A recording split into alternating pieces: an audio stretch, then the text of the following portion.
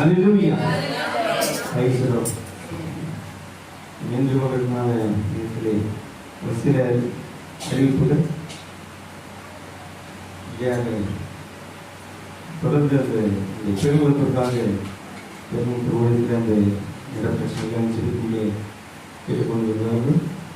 உங்களுடைய தனிப்பட்ட ஜபத்திலே நினைவு கொள்ளும்படி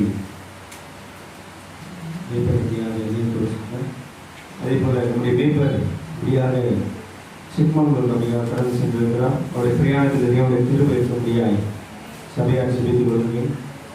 சுகபத்திரமான மாதிரி கொண்டு வந்து சேர்க்கும்படியாக இதே போல சபையில் நடக்கிறதான எல்லா ஆராதனைகளும் செய்வீங்க. வருகிற 3வது வாரம் வந்து நமக்கு வாலிபர் கூட்டம் இருக்கும், யூத் மீட்டிங் இருக்கும். வாலிபர்கள் தவறாமல் கலந்து கொள்ள முடியாது கேட்டுக்கொள்கிறார்கள். அப்படியாக அடுத்த வாரம் நமக்கு ராபோஜனை ஆராதனை இருக்கிறது. அதிலும் சபை அறியாமல் தவறாமல் கலந்து கொள்ள முடியாது கேட்டுக்கொள்ளப்படுகிறீர்கள். இதுவரையில் கூட மத்தியிலே சிலர் வந்திருக்கிறார். சிவாகியம் ஆசிர்வதிப்பார் எதிர்பார்ப்போடு நாம் காத்திருப்போம். எதிர்பார்ப்போடு காத்திருப்போம். நம்ம எதிர்பார்க்காமல் எந்த ஒரு கருத்தை பெற்றுக்கொள்ள முடியாது. முதலாவது எதிர்பார்ப்பு தேவையாக இருக்கிறது. முதலாவது தாகம் தேவை. அல்லேலூயா. நிச்சயமாக தேவன் நம்மளோட பேசுவார். நம்ம எதிர்மையாக அனுபவித்த தேவன் அல்ல. அல்லேலூயா. நம்ம எப்போதும் போஷிக்கிற தேவன், நடத்துகிற தேவன். அல்லேலூயா. நமக்கு அந்த வாஞ்சை தேவை. வாஞ்சியோடு நம்ம காத்திருக்கும் போது தேவன் நம்முடைய இறுதிகளோடு கூட அசைவார்கள். அல்லேலூயா. ஓய்வு காலத்தில் கொடுப்பது முன்பாக தலையை தாழ்த்தி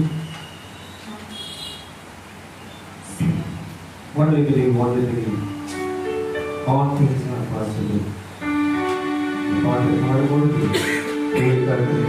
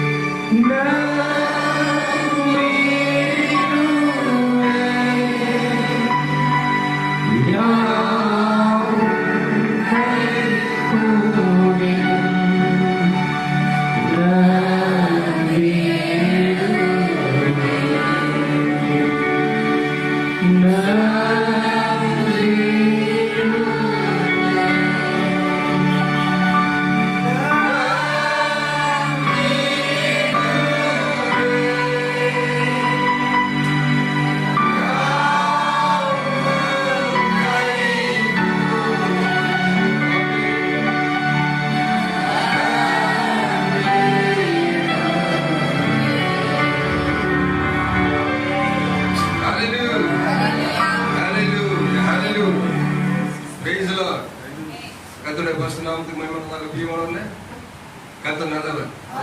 ஆமென். கர்த்தர் துதிக்கப்படத்தக்கவர். ஆமென். அவர் மாத்திரமே ஆராதனைக்குரியவர். ஹல்லேலூயா.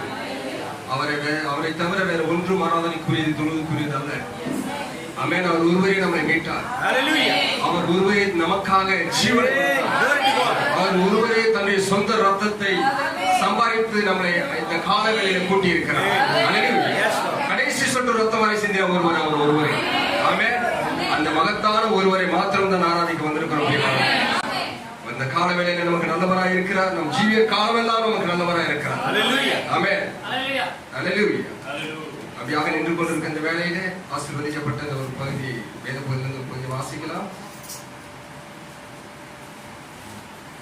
பழைய ஏற்பாட்டிலும் புதிய ஏற்பாட்டிலும் 3 பாகமாக வாசித்து போவது. பிரியமானவர்களே, முதலாவது ஆதியாகமத்தின் புஸ்தகம்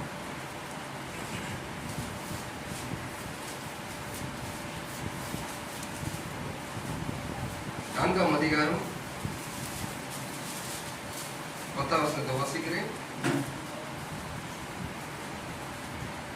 9-10 வாசிக்கிறேன். ஆதியாகமத்தின் புஸ்தகம் 4ஆம் அதிகாரம் 9-10. கர்த்தர் காயீனை நோக்கி, உன் சகோதரனாகிய ஆபேல் எங்கே என்றார். அதற்கு அவன், நான் அறியேன், என் சகோதரனுக்கு நான் காவலாளியோ என்றான். அதற்கு அவர், என்ன செய்தாய்? உன் சகோதரனுடைய ரத்தத்தின் சத்தம் பூமியில் இருந்து என்னை நோக்கி கூப்பிடுகிறது. அல்லேலூயா. யாத்ராகமத்தின் புஸ்தகம் 12ஆம் அதிகாரம் 13ஆம் வசனம். யாத்ராகமத்தின் புஸ்தகம் 12:13.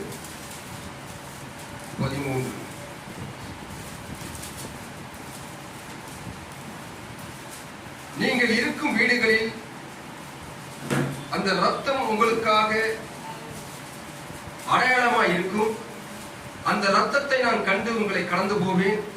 நான் எகிப்து தேசத்தை அழிக்கும் போது அழிக்கும் வாதை உங்களுக்குள்ளே வராதிருக்கும். ஆமென். இன்னொரு பகுதி எபிரேயர் கர்த்தரின் நிருபம், புதிய ஏற்பாட்டில் எபிரேயர் கர்த்தரின் நிருபம் 12ஆம் அதிகாரம் 22 24 வசனத்தை வாசிக்கிறேன். 310 எபிரேயர் கர்த்தரின் நிருபம் 12:22-24 வசனம். நீங்களோ சீயோன் மலையினிடத்திற்கும்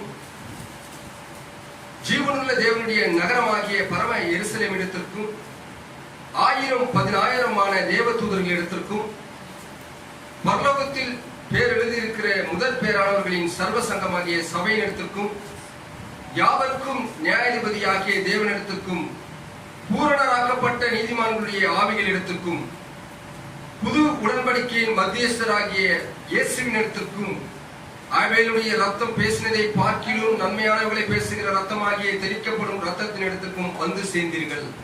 ஆமென்.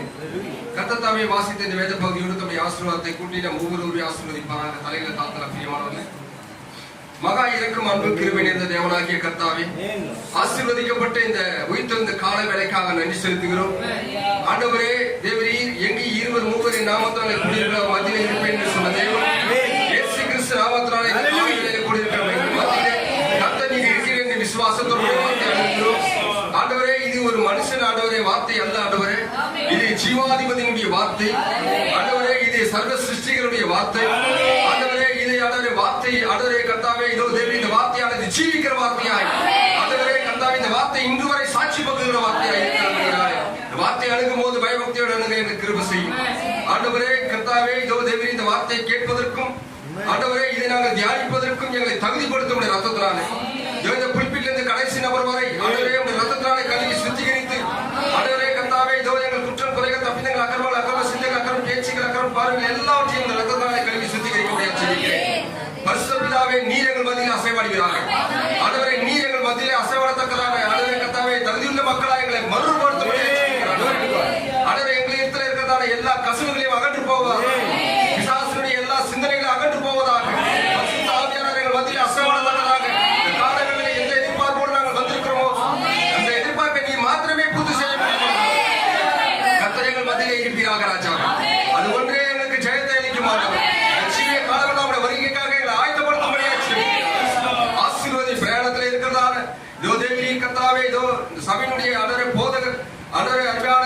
கர்த்தாவே மேய்ப்பரை நீர் ஆசீர்வதிக்கும்படியா அவரை சுகபலனாரகத்தோடு போய் சுகபலனாரகத்தோடு கர்த்தாவே அங்க இருக்கிற காரியங்களை முடித்துக் கொண்டு சுகபலனாரகத்தோடு இங்க வரும்படியாக செபிக்கிறேன். திரும்ப இந்த மத்தியிலே வந்து சுகபலனாரகத்தோடு ஆண்டவர் கர்த்தாவை சேர்க்கும்படியாக செபிக்கிறேன்.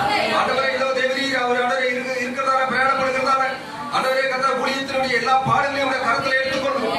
நீதாமே அவரை பலப்படுத்தும்படியா சபையாரை பலப்படுத்தும்படியா செபிக்கிறேன். கர்த்தாவே பலவீனமான ஆண்டவரே கர்த்தாவே குடும்பமோ சகோதர சகோதரி இருப்பார்களானால் அவர்களை பலப்படுத்தக்கூடிய வார்த்தையினால் சுகவீனமாய் இருப்பவருக்கு சுகத்தை அருளும்படியாக செபிக்கிறேன். கர்த்தாவே நீதாமே ஆண்டவர் இந்த மந்தைக்கு கண்காணியா இருமாண்டவரே நீ பலப்படுத்தும்படியாக செபிக்கிறேன். கர்த்தாவே இதோ பெருங்குளத்தூர் ஆண்டவரே கர்த்தாவே இதோ தேவரீர் சபையினுடைய காரியங்களை எல்லாம் உடைய கரத்துல போடுறோம். நீதாமே அங்கே கிருபை பாராட்டுகிறார். அந்த இடத்துல இருப்பதாக மதமே அந்த இடத்துல கிரியை செய்யும்படியாக செபிக்கிறேன். எல்லாவற்றையும் ஜெயத்தை ஏறெடுக்க கிருபை செய்யும்படியாக செபிக்கிறேன். சபைக்கு உடைய ஆதீனத்திலே உடைய ஸ்மரியுள்ள சித்தத்தின் பிரகாரமாய் நீ செய்து முடிக்கும்படியாக உடைய கரத்தில் கொடுக்கிறோம். நீதாமே ஆண்டவரே சமாதானத்துக்கு ஏதுவாக எல்லா காரியத்தையும் நடத்தும்படியாக செபிக்கிறேன். ஆண்டவரே சீக்கிரத்தில் ஜெயத்தை காண உதவி செய்யும். சகல துதிகன மகிமையா ஒருவருக்கே செலுத்துகிறோம். கர்த்தர் ரட்சகர் மீட்பர் கர்த்தராகிய இயேசு கிறிஸ்து என்கிற விலையேறப்பட்ட பரிசுத்த கேட்கிறோம். பரலோக பரிசுத்த பிதாவே ஆமென். ஆமென். ஹல்லேலூயா. சந்தோஷமா இருக்கீங்களா? காலை வேளையில இங்க நான் இருப்பேன்னு நினைச்சு பார்க்கல. ஒரு 4 ல இருந்து 5 வருஷமா ஒரு சபைக்கு முதல் வாரம் போயிடுவார். காலையில ஃபர்ஸ்ட் வீக் 4 ல இருந்து 5 வருஷம் தொடர்ந்து ஃபர்ஸ்ட் வீக்னா ஒரு கூப்பிடுவாரு. ஃபர்ஸ்ட் வீக்னா அங்கதான் இருப்பேன் அப்படிங்கிற மாதிரி தான். ஸோ அந்த மாதிரியான சூழல்ல அதே மாதிரி ஈவினிங் வந்து ரொம்ப வருஷமா நான் வந்து நண்பருடைய சபைக்கு போயிட்டு இருந்தேன். நெருங்கிய நண்பர், அருமையான ஊழியக்காரர். ஸோ அந்த சபைக்கு ரொம்ப காலமா போயிட்டு இருந்தேன். அது ஆனா இப்போ சமீப காலமாக இந்த சபையில வந்து ஃபர்ஸ்ட் வீக்னா சபைக்கு போயிட்டு இருந்தேன். நம்ம மத்தியில அலுவலகத்தில் இருக்கிற சபையில வந்து அதுக்கப்புறம் வந்து என்னுடைய வீட்டுக்கு கம்யூனிட்டி சாதனத்தில் வந்துருவேன். நான் ஃபர்ஸ்ட் முதல் முறையா ஃபர்ஸ்ட் வீக்ல உங்களை சந்திக்கிற இயேசு கிறிஸ்துவின் நான் கூட எதிர்பார்க்கல. இதை 2 தினம் முன்பாக ஃபோன் பண்ண முடியாது. நேற்று காலையில் நினைக்கிறேன் ஃபோன் பண்ணும்போது ஃபோன் பண்ணும்போது நான் அப்புறம் அவர்கிட்ட கேட்டுட்டு அவர்கிட்ட இன்ஃபார்ம் பண்ணணும் இல்லையா, அவர் அதுக்காக ஆயத்தமாகணும். அவர்கிட்ட சொல்லிட்டு அதுக்கப்புறம் இந்த நாளில் உங்களை சந்திக்க முடியாது வந்திருக்கு. கர்த்தர் நல்லவர். தேவன் எப்பொழுதுமே அவருடைய வழியில தான் நடத்துவார். ஆமென். எப்படி நடத்துவோம் தெரியாது. நம்ம கடந்த முறை பார்த்தோம் இல்லையா, தேவ ஆவியினால நடத்தப்படுதல். சோ அப்போ தேவ ஆவியினால நடத்தப்படுறா ஏதோ ஒரு காரியத்துல தேவன் நடத்துறாரு. ஹல்லேலூயா. இன்னைக்கு இங்கதான் இருக்கணும்னு உலக தோற்றத்துக்கு முன்பாக அதனால எல்லா சூழலும் தேவனுடைய கட்டுப்பாட்டுல இருக்கு. ஆமென். நல்லது பிரியமானவர்களே, எப்படி தேவனுடைய ஆவியினாலே நம்ம நடத்தப்பட்டோம் அப்படின்றத கடந்த முறை நம்ம பார்த்தோம். தேவ ஆவியானவர், பரிசுத்த ஆவியானவர் ஒரு மனிதனுக்கு ஒரு அடையாளமா இருக்கிறார். அடையாளமாக கொடுக்கப்படுகிறதுல பரிசுத்த ஆவியானவர் ஒருவர். பரிசுத்த ஆவியானவர் பெறுவது ஒரு விசுவாசிக்கு ஒரு அடையாளம். அல்லேலூயா. அதே போல இன்னொரு அடையாளத்தை தான் இன்னைக்கு பார்க்க போகிறோம். அவர் சிந்தினதான வெளியேற பெற்ற ரத்தம், இயேசு கிறிஸ்துவின் ரத்தம் நமக்கு ஒரு அடையாளமாக கொடுக்கப்பட்டது. அல்லேலூயா. அந்த அடையாளத்துக்கு ஒரு சத்தம் இருக்கிறது. அதுதான் இந்த செய்தியினுடைய தலைப்பு, அடையாளத்தின் சத்தம். அல்லேலூயா. அதை இப்படி கூட எடுத்துக்கலாம், ரத்தத்தின் சத்தம். ரத்தம் கூப்பிடுமா, ரத்த சத்தம் இருக்குதா அப்படின்னு பார்த்தா அதான் வேதத்தை பிறகு பார்க்க போகிறோம். அல்லேலூயா. அடையாளத்தின் சத்தம், ரத்தத்தின் சத்தம் என்பது ஏனென்றால் ரத்தத்துக்கு தான் ஜீவன் இருக்கிறது. நம்ம சொல்றோம் இல்லையா, ஜீவிக்கிறது. நம்ம ரத்தம் தான் ஜீவிக்கிறது. அல்லேலூயா. அதுலதான் ஜீவன் இருக்கிறது. அந்த ரத்தம் ஜீவிக்கிற வரை இந்த மனுஷனுக்குள்ளாக சுவாசம் இருக்கும். இந்த மனுஷனுக்குள்ளாக எல்லா செயல்பாடுகளும் சரியாக இயங்கும். கேக்குறீங்களா? அப்போ அந்த ரத்தம் மிக மிக முக்கியமானது மனித பார்க்கல. கரெக்டுங்களா? அந்த முக்கியமான ஒன்றுதான் உங்களுக்காக எனக்காக அந்த முக்கியம். ஒரு மனிதன் வாழ்வதற்கான முக்கியமான ஒன்று ஜீவன். அந்த ஜீவனையே உங்களுக்காக எனக்காக அதை கொடுத்தது மாத்திரமல்ல, அதற்கான ஒரு சத்தம் இருக்கிறது இல்லையா, அந்த சத்தத்தை தான் இன்று வரை அந்த சத்தத்தை துணிக்க செய்து கொண்டிருக்கிறார். ஆமென். அதை தான் நம்ம பார்க்க போறோம். சொல்றாரு, தேவன் ஒரு அழகான வழியை உண்டு பண்ணி இருக்கிறார். தேவன் ஒரு அழகான வழியை உண்டு பண்ணி இருக்கிறார். பாருங்கள், விசுவாசமானது கேள்வினால் வருகிறது. இதுதான் அந்த வழி. ஒரு அழகான வழி எதுனா, விசுவாசமானது கேள்வினால் வருகிறது. கேள்வி தேவனுடைய வசனத்தினால வருது பார்க்கிறோம் இல்லையா? தெய்வீக சுகமளித்தலை பிரசங்கிக்கும் போது அதை விசுவாசித்து ஏற்றுக்கொள்ள வேண்டும். நம்ம ஒரு தெய்வீக சுகமளித்தலை பேசும் பொழுது பிரசங்கிக்கிற போது அதை விசுவாசித்து அதை ஏற்றுக்கொள்ள வேண்டும். நாம் செய்ய வேண்டிய ஒரே காரியம் அவர் எனக்காக என்ன செய்தார் என்பதை ஏற்றுக்கொள்வதே. வேற எதுவுமே இல்லை. கல்வாரி சிலுவையில அவர் எதை எனக்காக செய்து முடித்தார், இது ஒன்றை நீங்கள் ஏற்றுக்கொண்டாலே, இது ஒண்ணுதான் நமக்கு முக்கியமான காரியம். நம்ம செய்ய வேண்டிய ஒரே காரியம் இது. அதெல்லாம் கிடையாது. அதை ஏற்றுக்கிட்டோம்னா மற்றது எல்லாம் நம்ம செஞ்சிருவோம். நாம் செய்ய வேண்டிய ஒரே காரியம் அவர் என்ன செய்தார் என்பதை, எனக்காக என்ன செய்தார் என்பதை ஏற்றுக்கொள்வது. எனக்கு சுகத்தை கொடுத்தார், அதை ஏற்றுக்கொள்வது. கரெக்டுங்களா? வியாதியை நிறுந்து நீக்கிறார், அதை நான் ஏற்றுக்கொள்ளணும். அவ்வளவுதான். கரெக்டுங்களா? எந்த ஒரு சாபத்தையும் அவர் ஏற்றுக்கொண்டார், அவர் ஏற்றுக்கொண்டார் என்றதை நான் ஏற்றுக்கொள்ளணும். எப்ப பாவம் சாபம் வருதோ அப்பதான் வியாதி, கஷ்டம், பினான்சியல் எல்லாமே அது ஒரு பேக்கேஜ். பிளஸிங் என்றது கல்வாரி தான், அது ஒரு பேக்கேஜ். இப்ப இந்த பேக்கேஜ் எடுத்துக்கிட்டோம், இந்த பேக்கேஜ் தான் போயிடும் அவங்களுக்கு. இதை சரியான விதத்தில் ஏற்றுக்கொண்டோம் என்றால் அதுதான் வலி. இதையெல்லாம் நம்ம இடத்துல இருந்து போக வைக்கிறது. இந்த வலி தெரியாதனாலதான் சில நேரத்தில் சிக்கிக்கிறோம். நம்ம எப்போலாம் இந்த பிரச்சனையினூடாக பினான்சியலா போறோமோ அல்லது எந்த தொலையினூடாக போறோமோ எல்லாம் பாவத்தினாலதான் வருது. இந்த பாவத்திற்கு ஒரே தீர்வு கல்வாரி தான்.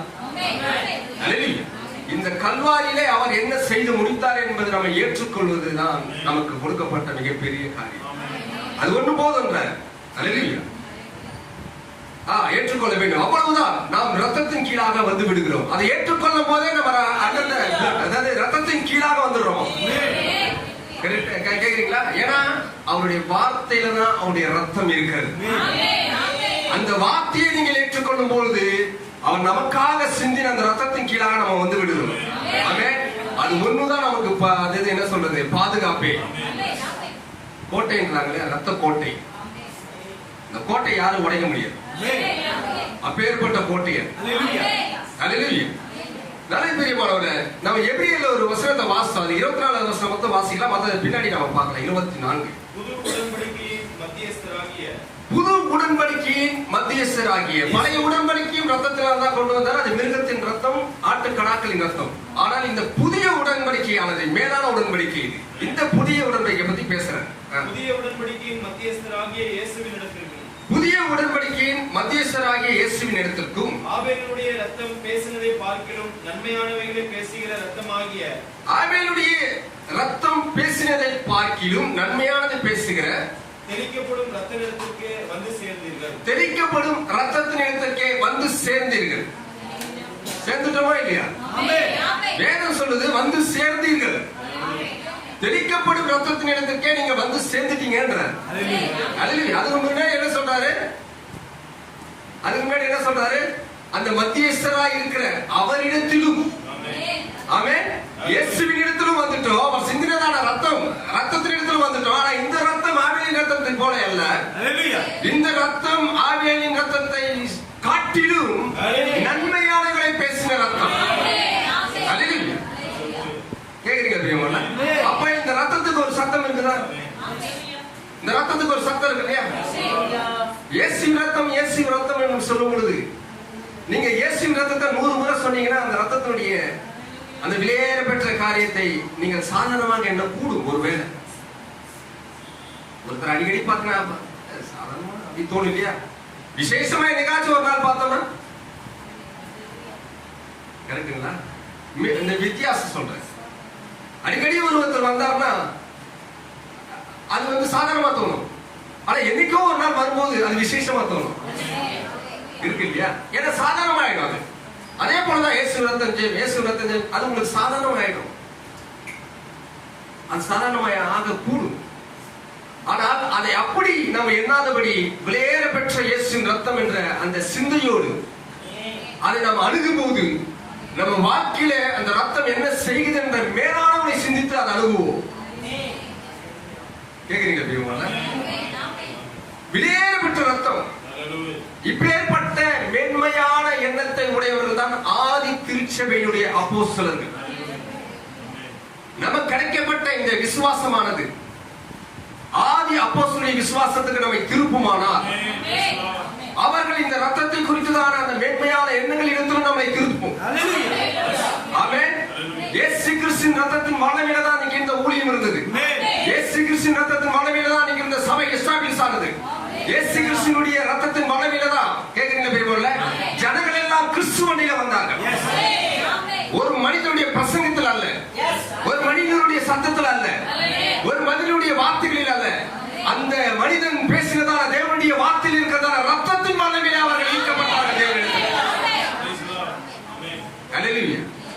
அதனாலதான் இந்த 24வது வசனத்துக்கு அப்புறம் ஒரு வசனம் கேட்கிறது, பூமியிலே நீங்கள் பேசுகிறவர்களுக்கு செவிகொடாமல் போனால் அப்படின்னு சொல்லுகிறது. பூமியிலே பேசுகிறவர்களுக்கு செவிகொடாமல் போனா யார் பேசுறது பூமியில? ஹல்லேலூயா. இயேசு கிறிஸ்துவினுடைய ரத்தமே பேசுகிறீர்கள். ஏனென்றால் அவருடைய வார்த்தையில தான் அவருடைய ரத்தம் இருக்கிறது. இந்த வார்த்தையை அழுகும் பொழுது அந்த ரத்தத்தை அழுகுகிறோம். ஹல்லேலூயா. கேக்குறீங்களா பிரியவங்களா? எல்லாரும் என்ன நினைச்சிட்டோம், ரத்தம் பாவத்தை மன்னிக்குதுப்பா, ரத்தம் பாவத்தை கழுவுதுப்பா, இதான் நம்ம சாதாரணமா நினைக்கிறோம் இல்லையா? இல்ல பிரியமான, இந்த அடையாளம் ஒரு கிறிஸ்துவனுக்கு இல்லை என்றால் எவ்வளவு காலம் அவன் கிறிஸ்துவ வாழ்க்கையில வாழ்ந்தாலும் அல்லது என்ன காரியத்தெல்லாம் அவன் செய்தாலும் அவன் மேலே போக முடியாது என்று சொல்கிறான். இந்த அடையாளம் ரொம்ப முக்கியம். இந்த ரத்தத்தின் அடையாளம் ரொம்ப முக்கியம். இந்த ரத்தத்தின் அடையாளம் ஒரு விசுவாசியோ ஒரு ஊழியக்காரனோ பெறும்போது அந்த அடையாளத்தின் பின்பாக இருக்கிற சத்தமா வாழ்க்கையிலிருந்து வெளியே வரும். கேக்குறீங்களா? ஆபேலுடைய ரத்தம் எப்படி பேசிச்சு? எப்பேற்பட்ட சூழ்நிலையில பவுல் இதை எழுதுகிறார். கொஞ்சம் பொறுமையாவே நான் போறேன். ஆமென். ஏன்னா இப்ப சமீப காலமா கொஞ்சம் டீச்சிங் இதுல போறதுனால கொஞ்சம் பொறுமையா போக வேண்டியதா இருக்கு. அதே சுபாவம் இருக்கு. பரவாயில்ல, நல்லது. எந்த சூழல்ல இந்த எபிரேயர் நிருபத்தை எழுதுறார் பிரியமானவர்களே? ஏன் ரத்தத்தின் இடத்துல வந்து சேர்ந்தீர்கள் என்று சொல்லுகிறார்? யூத மார்க்கத்திலிருந்து கிறிஸ்துவத்துக்கு அன்னைக்கு வரணும், ஜனங்களை கொண்டு வரணும். பவுலுடைய மகத்தான அந்த ஊழியமானது ஆரம்பத்துல பிரஜாதிகள் பக்கம் திரும்பல. அவர் யூதர்கள் கிட்டதான் அவருடைய ஊழியம் இருந்தது. தன் சகோதரிடத்தில் தான் ஊழியம் இருந்தது. அவர்களிடத்துல இருக்கும் போது யூதர்களுக்கு கிறிஸ்துவை காண்பிப்பதற்கு ஒரு பெரிய சவாலா இருந்தது. ஏன்? யூதர்கள் கிறிஸ்துவ மார்க்கத்தை தனிமனிதர்களை துன்பப்படுத்திக் கொண்டிருந்தார்கள், அசட்டை செய்து கொண்டிருந்தார்கள், அவமானப்படுத்திக் கொண்டிருந்தார்கள். உங்களுக்கு தெரியும், முதல் நூற்றாண்டுலாம் அவர்களை வந்து அங்கிருந்து ஆட்சியாளர்களாலே மரத்துல கட்டி வச்சு கொளுத்துனாங்க. கிறிஸ்துவை ஏத்துக்கிட்டான். ஆமா தானே? அந்த மாதிரியான காலகட்டம், அந்த மாதிரியான காலகட்டத்தில் தான் பவுலுடைய ஊழியமானது மிக சவாலா இருந்தது. ஏன்னா அவங்களுக்கு நியாயப்பிரமாணம் இருந்தது. அவங்களுக்கு நியாயப்பிரமாணம் இருந்தது. அவங்க சொல்லியிருக்க கூட இப்படி யூதர்களுடைய மேன்மை என்ன என்றதை அவங்க பேசிக் கொண்டிருக்க கூடும். நமக்கு பெரிய தேவாலயம் இருக்கிறது, நமக்கு மோசையினால வந்த நியாயப்பிரமாணம் இருக்கிறது, நம்முடைய மார்க்கம் பெரிதான மார்க்கம். தேவ தூதர்களை கொண்டு நம்முடைய முற்பிதாக்களாகிய ஆபிரகாம், ஈசாக், யாக்கோபுடன் பேசின தேவனவர். அப்பேற்பட்ட தேவனை நம்ம பெற்றிருக்கிறோம். நாம் சாலமோனால் கட்டப்பட்ட தேவாலயம் இருக்கிறது. செக்கினா மகிமை அதில் இறங்கினது சாலமோன் நாட்களிலே. அதில் பலிகள் செலுத்திக் கொண்டிருக்கிறோம். நமக்கு பலிகள் உண்டு, நமக்கு பண்டிகைகள் உண்டு. கேட்கிறீங்களா பிரியமானவர்களே? மோசே என்கிற ஒரு தீர்க்கதரிசிகளையும் நமக்கு கொடுத்தார் தேவன். இப்பேற்பட்ட மகிமையான மார்க்கம் நம்முடைய மார்க்கம். இந்த மார்க்கத்தை விட்டுவிட்டு இரண்டு கள்ளர்கள் மத்தியிலே, இரண்டு திருடர்கள் மத்தியிலே தொங்கப்பட்டதான இந்த இயேசுவை பின்பற்றி போகிறீர்கள். எவ்வளவு துன்பப்படுத்தப்பட்டிருப்பார்கள்! இவ்வளவு மகத்தான மார்க்கத்தை விட்டுவிட்டு இரண்டு கள்ளர்கள் மத்தியிலே தொங்கினதான சாபமான சிலுவையை ஏற்றுக்கொண்ட இந்த இயேசுவையா பின்பற்றி போகிறீர்கள்? அதனால்தான் பவுல் இந்த எபிரேயர் நிருபத்தை எழுதும் பொழுது நமக்கு மட்டும்தான் தெரிந்து பவுல் தான் எழுதினாருங்க. இந்த எபிரேயர் நிருபத்தில் எழுதும் போது நீங்க அழகா வாசிக்கிற அந்த 13 அதிகாரத்துல முதல் 2 அதிகாரத்துல யூதர்கள் எதை மேன்மையாக எண்ணியிருந்தார்கள்? தேவ தூதர்கள் என் முற்பிதாக்களோடு பேசினார்களே, பவுல் சொல்றார், தேவ தூதர்களை பார்க்கிலும் இயேசு கிறிஸ்து பெரியவர். எந்த ராஜ்யத்தின் சுவிசேஷத்தை நீங்க மட்டுப்படுத்துறீங்க? அவர் ராஜா, அது ராஜா. உங்களுக்கு கொடுத்த நியாய பிரமாணிகள் தான். நீங்க திருடர்கள் மத்தியிலே அவர் தொங்கினார் என்று சொல்லுகிறீர்கள். அவருடைய நேர்மையை நான் சொல்லுகிறேன் என்று அந்த அதிகாரத்தை முழுமையாக பேசுகிறார். அவர் தேவ தூதர்களை பார்க்கிலும் அவர்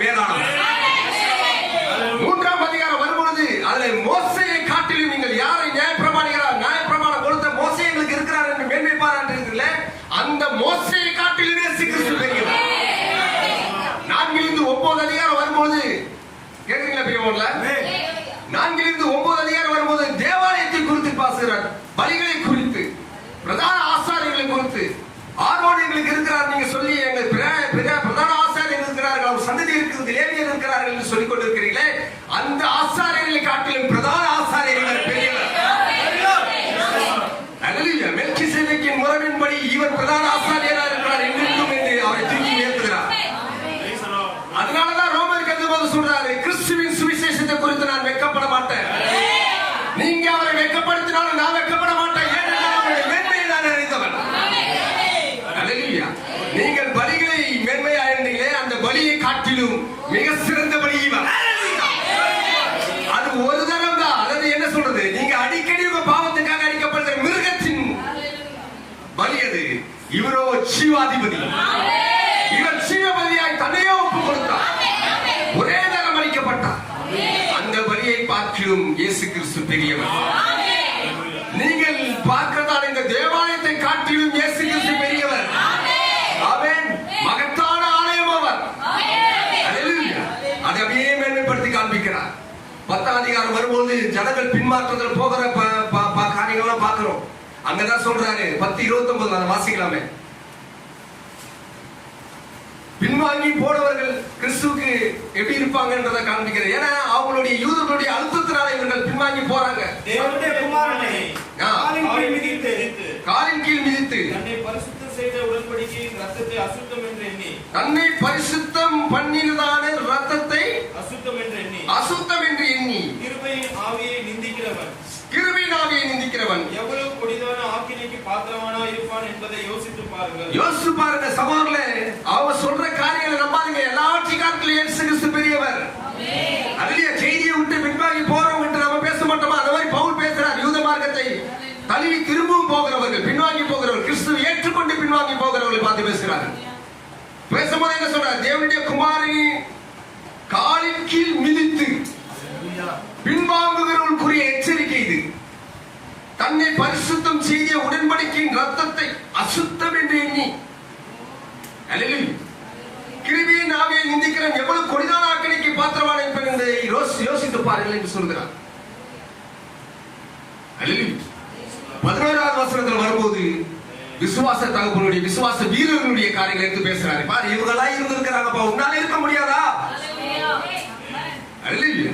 அந்த விசுவாச பட்டியல் எடுத்து காண்பிக்கிறார். 12ஆம் அதிகாரத்துல வரும்போதுதான் இந்த மகத்தான காரியங்களை, நீங்க எங்க இருக்கிறீங்க, எங்க இருந்தீங்க, எங்க வந்தீங்க, நீங்க மோசேயை பெருசா நினைச்சீங்க இல்லையா, இதை காட்டிலும் அங்கே இருந்த அந்த பலியை காட்டிலும் அந்த சத்தத்தை காட்டிலும் நீங்கள் இயேசு கிறிஸ்துவினுடைய ரத்தத்தை கிட்ட வந்து சேர்ந்தீங்க என்று சொல்கிறார். நம்ம கடைசியில பார்ப்போம் அதை எப்படி பேசுறாருன்றத. 13ஆம் அதிகாரத்துல வரும்போது சொல்றாரு, நான் நேற்று மீண்டும் என்று மாறாது. இயேசு கிறிஸ்து நேற்று மீண்டும் என்று மாறாதவர். பயப்பட வேண்டாம் என்று சபைக்கு அன்னைக்கு உறுதிப்படுத்துறாரு. அது என்ன சொல்றது, அவங்களை வந்து தைரியப்படுத்துகிறார். 13ஆம் அதிகாரத்தை அப்படிதான் அவர் கொண்டு வர. ஒரு இதுவா சொல்லிட்டேன் நான். நீங்க வீட்டுல போய் அதை வாசித்து பாருங்க, இந்த கண்ணோட்டத்தோடு வாசித்து பாருங்க. பவுல் எப்படி அந்த ஊழியை செஞ்சிருப்பாங்க. அல்லேலூயா. பவுல் அற்புதமான ஊழியத்தை செஞ்சார். பிரியமானவர்களே, அப்போஸ்தலர் நடபடியில் எடுப்போம் 20ஆம் அதிகாரம். அன்னைக்கு இருந்த அப்போஸ்தலர் வாழ்க்கையில எப்படி அந்த ரத்தமானது வல்லமையோடு இருந்தது என்பதை பாருங்க. 26-28. தேவனுடைய ஆலோசனை ஒன்றையும் நான் மறைத்து வைக்காமல், தேவனுடைய ஆலோசனை ஒவ்வொரு சபைக்கும் அவர் போகும்போது, இந்த எபிரேயர் நிருபத்தை எழுதும் போது யூதர்களுக்கு எழுதுறாரு இல்லையா, யூதர்களுக்கு வந்து யூதர்கள் கிட்ட பேசுறாரு. அவருடைய ஊழியர் யூதர்கள் மத்தியில இருக்கும் போது யூதர்கள் இருந்து கிறிஸ்துவ மார்க்கத்தை தழுவினவர்களுக்கு அவர் பேசிக் கொண்டிருக்கிறார். அல்லேலூயா.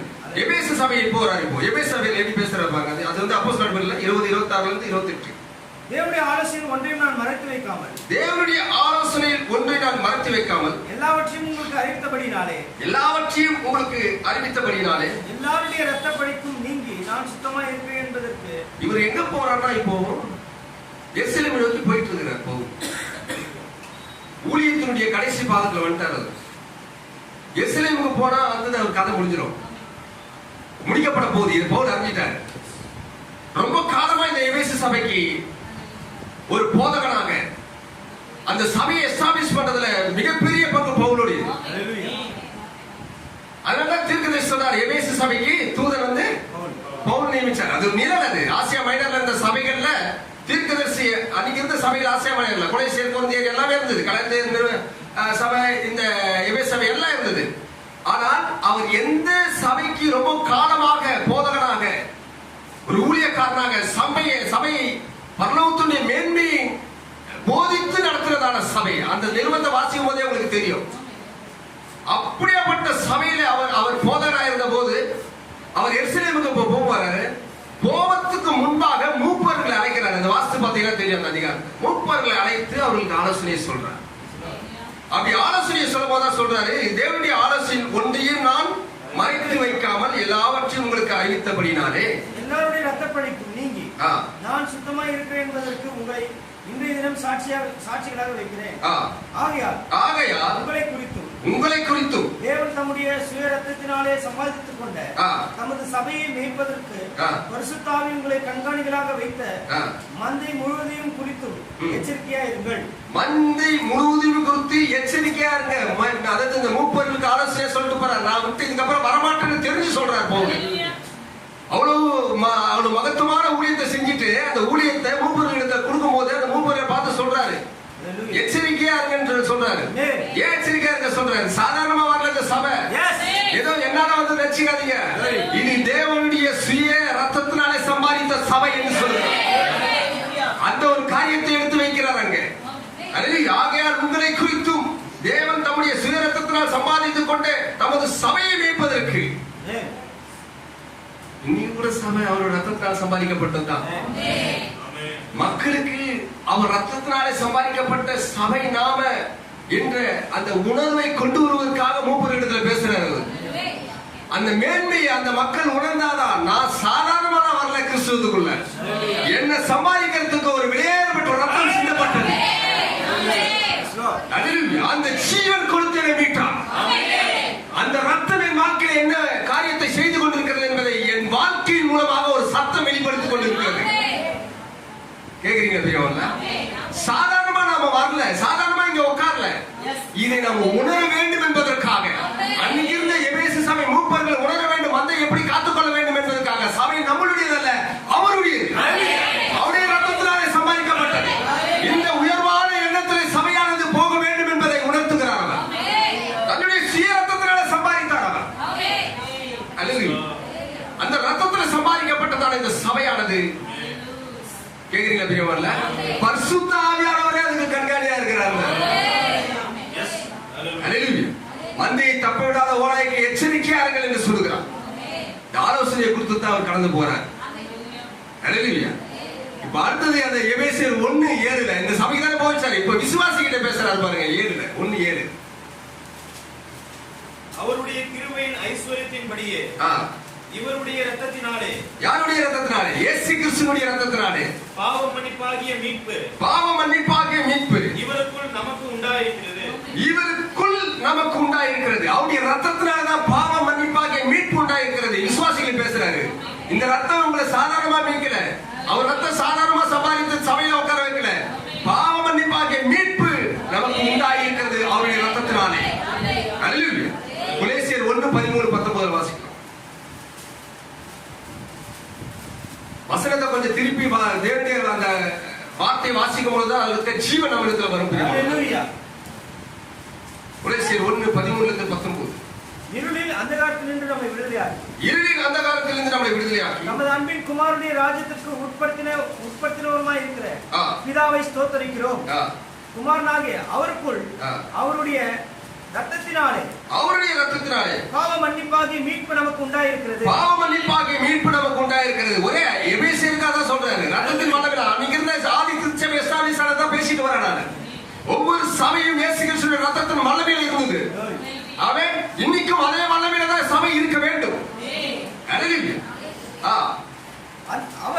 அவர் அதிசயமான தேவனுடைய தற்சுரூபமும், அவர் அதிசயமான தேவனுடைய தற்சுரூபமும், சர்வ சிருஷ்டிக்கும் முந்தின பேருமானவர், சர்வ சிருஷ்டிக்கும் முந்தின பேருமானவர். ஏனென்றால் அவருக்குள் சகலமும் சிருஷ்டிக்கப்பட்டது, அவருக்குள் சகலமும் சிருஷ்டிக்கப்பட்டது. பரலோகத்தில் உள்ளவைகளும் பூலோகத்தில் உள்ளவைகளுமாகிய பிரகாசமாகிய காணப்படுகிறவர்களுக்கும் காணப்படாதவர்களுமான சகல வஸ்துக்களும் சிங்காசனங்களானாலும் கர்த்தத்துவங்களானாலும் துரைத்தனங்களானாலும் அதிகாரங்களானாலும் சகலமும் அவரை கொண்டும் அவருக்கென்றும் சிருஷ்டிக்கப்பட்டது.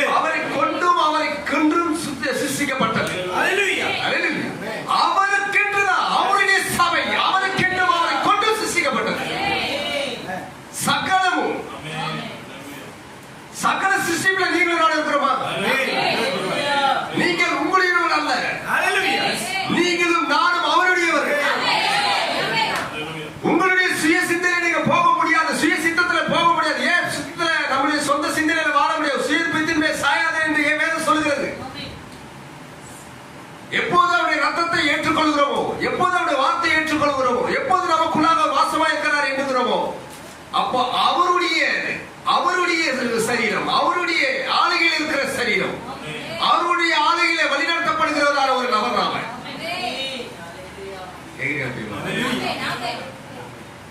ஒரு மொபைல வாங்குறோம், ஒரு 15,000 20,000 கொடுத்து வாங்குறோம்னு வச்சுக்கோங்க. வாங்குற பொருள் யாருது? வாங்கணும். வேற யாருக்கிட்ட கொடுத்துட்டு நீங்க பாட்டு கம்முன்னு போவீங்களா? போக முடியாது. ஆமா தானே? நம்ம வச்சிருக்கு, நம்ம வாங்கின எல்லா வீட்டுல வாங்கின எல்லா பொருளுமே நம்முடையது. அப்படிதான் உரிமை பாராட்டுவோம். வேற யாரும் உரிமை பாராட்ட முடியுமா? இப்போ இவருடைய ரத்தத்தினால வாங்கப்பட்டதா சபை. இவருடைய ரத்தத்தினால கிரயம் கொடுத்து வாங்கப்பட்டது. இதை யாருமே உரிமை பாராட்ட முடியாது. பிசாசானவனுக்கு ஒரு எல்லாரும் கூட உரிமை அல்ல. உங்களிடத்தில் உரிமை பாராட்ட நீங்கள் என்னுடையவர்கள் என்று சொல்லக்கூடிய உங்களுடையது எதுவுமே அவனுடையது அல்ல. உங்களுடைய எல்லாமே கிறிஸ்துவனுடையது, இயேசு கிறிஸ்துவனுடையது. கேக்குறீங்க பிரியமான? உங்களுடைய சிந்தையானாலும் சரி, இருதயமானாலும் சரி, ஆவி, ஆத்மா, சரீரம் எதுவானாலும் சரி, இந்த கண், இந்த நாவு, இந்த உயிர், இந்த ஜீவன் எல்லாமே இயேசு கிறிஸ்துவனுடையது. அவர் சிந்தின ரத்தத்தின் மூலமாக வாங்கப்பட்டது. கேக்குறீங்களா? அவன் வந்து இந்த கண்ணை உரிமை பாராட்டமா சொல்ல முடியும் உங்களால? அவர் நான் எதை சொல்ல வரேன்னு பாருங்க. அவன் வந்து இந்த கண்ணை உரிமை பாராட்டும் போது நீங்க சொல்ல முடியாது இது இயேசு கிறிஸ்து ரத்தத்தால் வாங்கப்பட்டது. அவன் இந்த சிந்தையை உரிமை கோரும் போது இயேசு கிறிஸ்துவாலே கழுவப்பட்டு கிரயம் கொடுத்து வாங்கப்பட்ட சிந்தை ரத்தத்தை மேன்மையாக வெல்லுது. ஜெயம் நமக்கு. சும்மா இயேசு கிறிஸ்து ரத்தம் ஜெயம் ஜெயம் சொல்லிட்டு அதுல வேலையே கிடையாது. இதை உணர்ந்து இதை நீங்க செயல்படுத்தும் போது கிறிஸ்து உங்களுக்குள் ஜீவிக்கிறார். இது சாத்தானின் ஏது. நீங்க எங்க பார்த்தாலுமே சரி, கேக்குறீங்களா பிரிவுல, எங்க பார்த்தாலுமே தவறக்கூடிய எல்லா நிலையும் இருக்கும். நான் கடந்த முறை வேலைக்கிழமை கூட சொன்னேன், 90 வயதானாலும் சரி, 14 வயதானாலும் சரி, 14 இயர்ஸ் அல்லது 90 இயர்ஸ் ஓல்டு, எது யாராலும் சரி தப்பிச்சு கொள்ள முடியவே முடியாது. வெளிப்படையான வாழ்க்கையினுடைய முறையை நான் பேசுறேன். கேக்குறீங்களா? ஒருவருமே நான் பரிசுத்தவான் சொல்லக்கூடிய எந்த நிலையும் அல்ல. நம்மை பரிசுத்தப்படுத்தின ஒருவர் ஜீவித்துக் கொண்டிருக்கிறார். அவர் ரத்தம் பேசிக் கொண்டிருக்கிறது. 14 வயதிலிருந்து மரித்து அடக்கம் பண்ணப்பட வரை அவர் ரத்தம் பேசிக் கொண்டிருக்கிறார். ரத்தம் நன்மையை பேசுகிறது என்று வேதம் சொல்கிறது. ஹல்லேலூயா. அவருடைய ரத்தம் மட்டும்தான் நன்மையை பேசுகிறது. ஹல்லேலூயா. வாசிக்கலாம் இன்னொரு வேத பகுதி, எபிரேயர் நிருபம் 9ஆம் அதிகாரம் 11-12 பிறகு 20-21 வசனம்.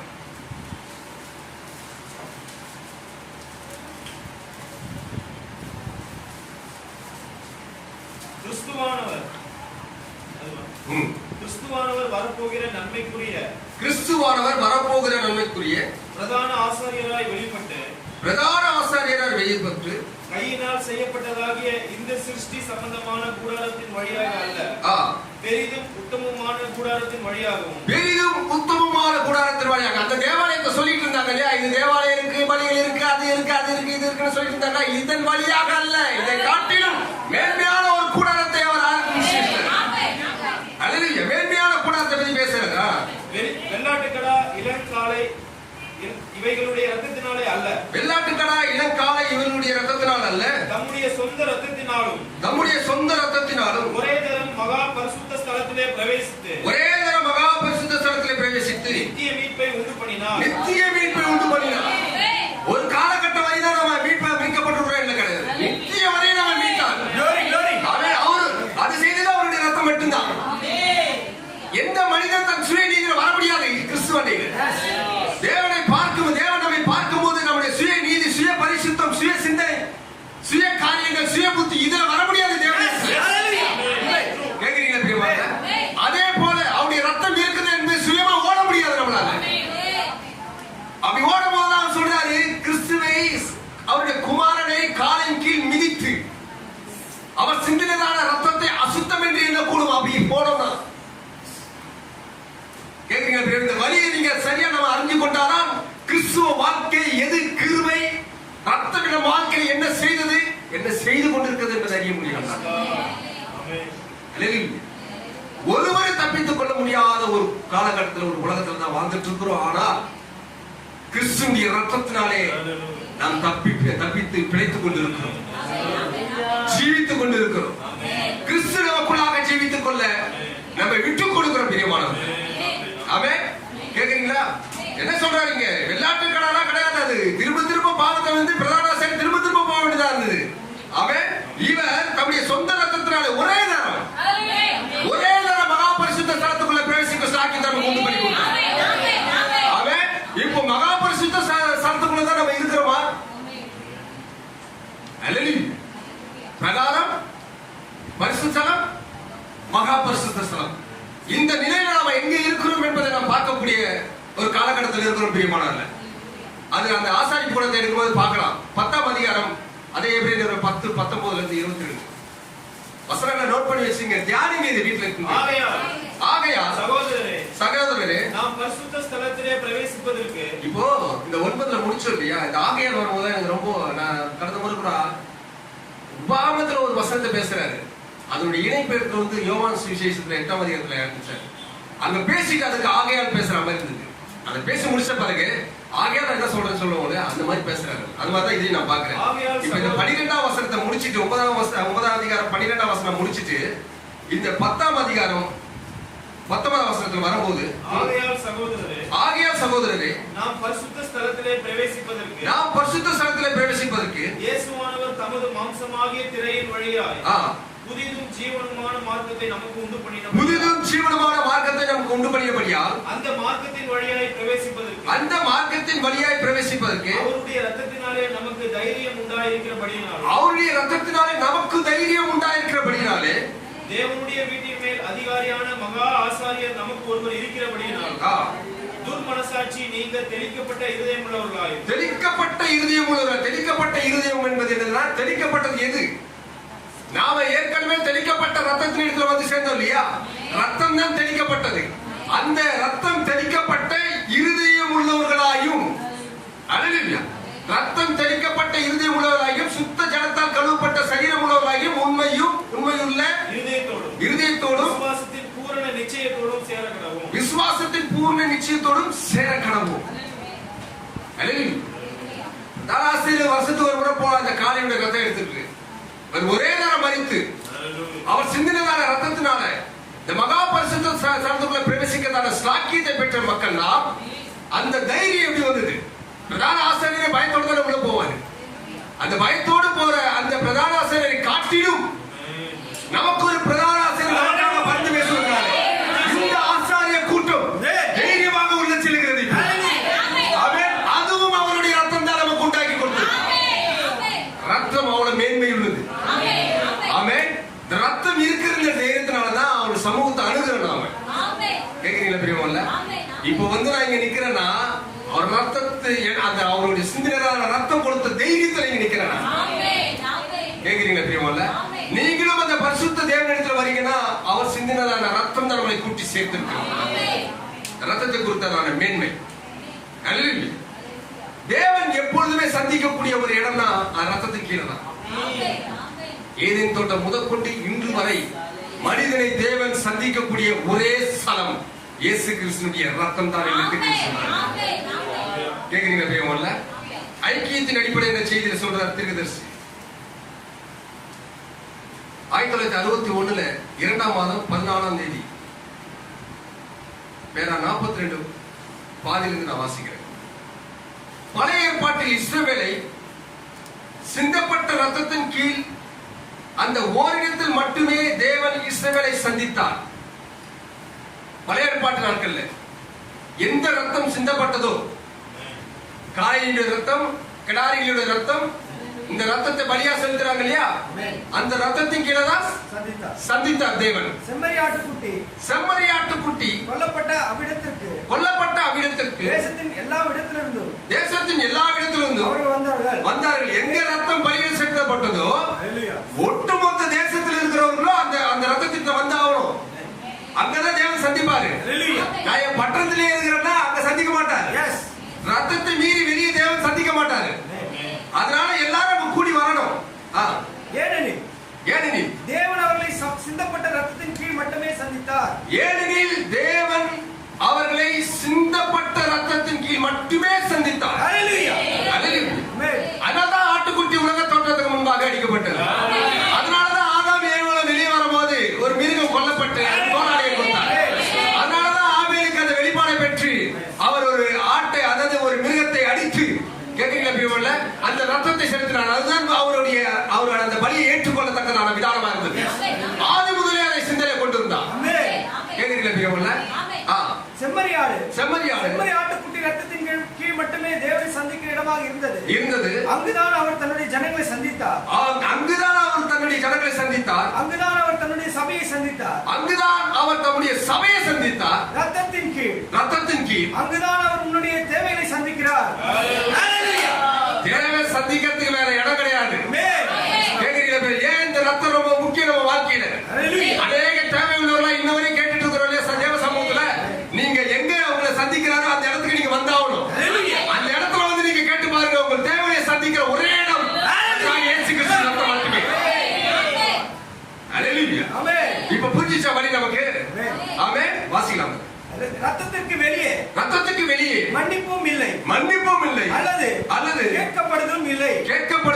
ரத்தத்தின் கீழ் மட்டுமே ஆகும். அல்லேலூயா. ரத்தத்துக்கு வெளியே எந்த ஒரு மன்னிப்பும் கிடையாது, ஜெபத்துக்கு பதிலும் கிடையாது. ரத்தத்தினூடாக தான் அவன் ஜெபம் போக வேண்டும். ரத்தத்தினூடாக தான் அவன் ஜெபம் கேட்கப்பட வேண்டும். ரத்தம் இல்லை என்றால் நாம் இல்லை. கிறிஸ்துவ வாழ்க்கை இல்லை, கிறிஸ்துவமே இல்லை. இயேசு கிறிஸ்துவுடைய ரத்தம் இல்லை என்றால் கிறிஸ்துவ மார்க்கமே இல்லை. இதுதான் யூதர்கள் புரியல. அவரை சபிக்கப்பட்டவராகவே பார்த்துட்டு இருந்தாங்க. நமக்காக அவர் சாபம் ஆனார் என்று தான் பவுல் எடுத்துக் கொள்கிறார். உங்களுக்காக எனக்காக சாபமானார். ஒரு பாவம் அறியாதவர் வானத்துக்கும் பூமிக்கும் மத்தியில் நிர்வாணமா தொங்குற இந்த கோர காட்சி இருக்கிறார். உங்களையும் என்னையும் ஆடை உடுத்தினவர்களை பார்க்க முடியாது. மாம்ச பிரகாரமான ஆடை மாத்திரமல்ல, ஆவிக்குரிய ஆடையை நம்ம சபை இன்னைக்கு நிர்வாணமா இருக்கிறது ஏன்னு சொல்கிறது. அந்த நிர்வாணத்தில் மூடப்பட்டது இயேசுக்கு சொன்ன ரத்தம் மட்டும். ரத்தம் எவ்வளவு மேன்மையானது பாருங்க. ரத்தம் அவருடைய வார்த்தையில் இருக்கிறது. அந்த வார்த்தையுடைய ஆடையெல்லாம் இப்ப தரிச்சிருக்கிறோம் நாம. ஏன் சாவன் நிர்வாணமா இருக்குது? ஏன் லவோதிக்கேயா சபை காலம் நிர்வாணமா இருக்குது? கேட்கிறீங்களா பிரியமானவர்களே? அவர்களுக்கு இந்த சிந்தப்பட்டதான வார்த்தை, ரத்தம் சிந்தப்பட்டதான வார்த்தை அவர்களுக்கு ஆணையாக கொடுக்கப்பட்டது. அந்த ஆணையை புறக்கணிச்சார்கள் அவர்கள். அதை ஏற்றுக்கொண்ட ஜனம் தான். ரத்தத்தின் மேன்மையை சிந்தையில வைக்கும் போது வாழ்க்கையில ஒவ்வொரு காரியத்தையும் ஜெயத்தை பார்க்க முடியும் நம்மளால. நீங்க ட்ரெயின்ல பிரயாணம் போட்டாலும், பைக்ல பிரயாணம் போட்டாலும், சூப்பர் மார்க்கெட் போனாலும், சரவணா ஸ்டோர் போனாலும், எங்க போனாலும் நமக்கு தோல்வியே அங்க காத்து கொண்டிருக்குமானால் நமக்கு ஜெயத்தை கொடுக்கிற ஒருவர் நமக்குள்ள இருந்து நமக்கு போதிக்கிறார். அவருடைய ரத்தம் நமக்குள்ளாக இருக்கிறது. அந்த ரத்தம் நம்மை கவர் பண்ணுது. கேக்குறீங்களா? அவர் அந்த ரத்தம் தான் நம்மை மூடுகிறது. ரத்தத்தை நீங்கள் ஏற்றுக்கொள்ள வேண்டும். அந்த சூழ்நிலை கேக்குறீங்களா? பிரியமானவர்களே, குற்றச்சாட்டு இந்த செய்தியில சொல்றார் திருதர்சி. எல்லா ஜனங்களும் எருசலேமுக்கு வந்தாங்க அன்னைக்கு. ஆமென். ஏன் அங்கதான் பலி செலுத்தப்படுது. அல்லேலூயா. குற்றச்சாட்டு இந்த செய்தியில 1963 7ஆம் மாசம் 7ஆம் தேதியில பேசுறாங்க. பேஜ் நம்பர் 27 நான் வாசிக்கிறேன். பேரா 98. அந்நாளிலே அங்கே எருசலேமில் என்ன இருந்தது? ஆராதிப்பதற்கென அன்று எல்லா மனிதர்களுமே எருசலேமுக்கு வர வேண்டும். அல்லேலூயா. எப்படி நம்ம சபைக்கு வரோமோ எருசலேமுக்கு வந்தாகணும். இயேசுவின் காலத்தில் ஏன் அவ்விதம் செய்தனர்? தேவனை ஆராதிப்பதற்கென எல்லா மனிதர்களும் எருசலேமுக்கு வர வேண்டும் என்று ஏன் கூறப்பட்டது? ஏனெனில் தேவன் மனிதனோடு ஐக்கியம் கொள்ளும் ஒரே ஒரு இடம் மாத்திரமே உண்டு, அது பலியின் ரத்தத்தின் கீழாக மாத்திரமே. அதனாலதான் அவங்க எல்லாரும் பிரயாணப்பட்டு வந்தாங்க. அவன் பவுல் கூட எழுதுறாரு, எனக்கு ஒரு பொருத்தம் இருக்கு, நான் போகணும் எருசலேமுக்கு அப்படின்றார். கேக்குறீங்களா? அந்த நாட்கள் அது இருந்தது. ரத்தத்தின் கீழ் தவிர, அதன் காரணமாக தான் அவர்கள் எல்லாரும் எருசலேம் வர வேண்டியதா இருந்தது. ரத்தத்தின் கீழ் தவிர தேவன் மனிதனை வேற எங்கும் சந்திக்க மாட்டார். நீங்கள் ரத்தத்தை புறக்கணித்தால் நீங்கள் தேவனை சந்திக்கும் ஸ்தலம் எடுபடுகிறது. நார்மலா தேவ சமூகத்தில் போய் உங்க பிரேயர்லயோ உங்களுடைய காரியங்கள்லயோ நார்மலா நான் வந்து ரட்சிக்கப்பட்டேன், நான் ஞானஸ்தானத்தை ஏத்துட்டேன், நான் சபைக்கு போறேன், நான் செய்தியெல்லாம் விசுவாசிக்கிறேன், நீங்க போனீங்கன்னா கேக்குறீங்களா? ஆனா அவருடைய ரத்தத்தினூடாக வந்து பாருங்க, அந்த அடையாளத்தை சுமந்து வந்து பாருங்க. அப்போதான் நீங்க எதுக்காக வருகின்ற உணர்வு உங்களுக்கு தெரியும். நீங்க எதிர்பார்ப்பு என்ன எதிர்பார்ப்போ அது பூர்த்தியாகும். உங்களுடைய ஜபங்கள் கேட்கப்படும். வெறுமனே நம்ம வருவர்கள் அல்ல, ஏதோ 10 வருஷம் ஆயிடுச்சு 20 வருஷம் ஆயிடுச்சு அதனால நமக்கு மற்ற காரியங்கள்லாம் தேவைப்படாதுன்றது அல்ல. ஒவ்வொரு நாளும் பரிவாரியை நினைவு கூறு. பெரிய மீனிங் இருக்குது, பெரிய அர்த்தம் இருக்குது சொன்னதுக்கு. ரத்தம் தான் நம்மளை கூட்டி சேர்க்க தேவ சமூகத்தில். தேவன் தமது முதலாம் தீர்மானத்தை ஏதேன் தோட்டத்தில் செய்தார். அதாவது மனிதன் பலியினால் சிந்தப்பட்ட ரத்தத்தின் கீழ் மாத்திரமே அவரை ஆராதிக்க வேண்டும் என்று அங்கதான் தீர்மானிக்கிறார். அல்லேலூயா. அந்த ஒரே இடத்தில் மாத்திரமே தேவன் அப்பொழுது மனிதனை சந்தித்தார். அந்த ஒரு இடத்தில் மாத்திரமே அவர் எப்போது மனிதனை சந்தித்து வருகிறார். அப்பயே அப்படிதான் சந்திச்சாரு. இன்று வரை இயேசு கிறிஸ்துவின் ரத்தத்தின் கீழாக தான் மனிதனை சந்தித்து வருகிறார் என்று சொல்கிறார். கேக்குறீங்களா? பிரியமானவர்களே, இன்னொரு செய்தியை வாசிக்கிறேன். அடையாளம் என்கிற செய்தி வாசிப்பது நல்லது. வேத வசனத்தையும் செய்தியும் நீங்க கோர்வையா அப்படியே வாசித்து வரும்போதுதான் நமக்கு ஒரு விதமான உணர்வு ஏற்படும் நம்ம வாழ்க்கையிலே, கிறிஸ்துவ வாழ்க்கையிலே. மனுஷ சத்தம் ஒன்று வேலைக்கு ஆகாது. பிரியமானவர்களே, பேஜ் நம்பர் 1649 இருந்து வாசிக்கிறேன் நான். பேரா இப்போது நாம் பேசிக் கொண்டிருக்கும் விஷயத்தில் இவ்வளவு நேரம் பேசணும் இல்லையா? அந்த விஷயத்தில் பேசத் துவங்கின விஷயத்தில் தேவன் இஸ்ரவேல் ஜனங்களிடம் ரத்தம் உங்களுக்காக அடையாளமாய்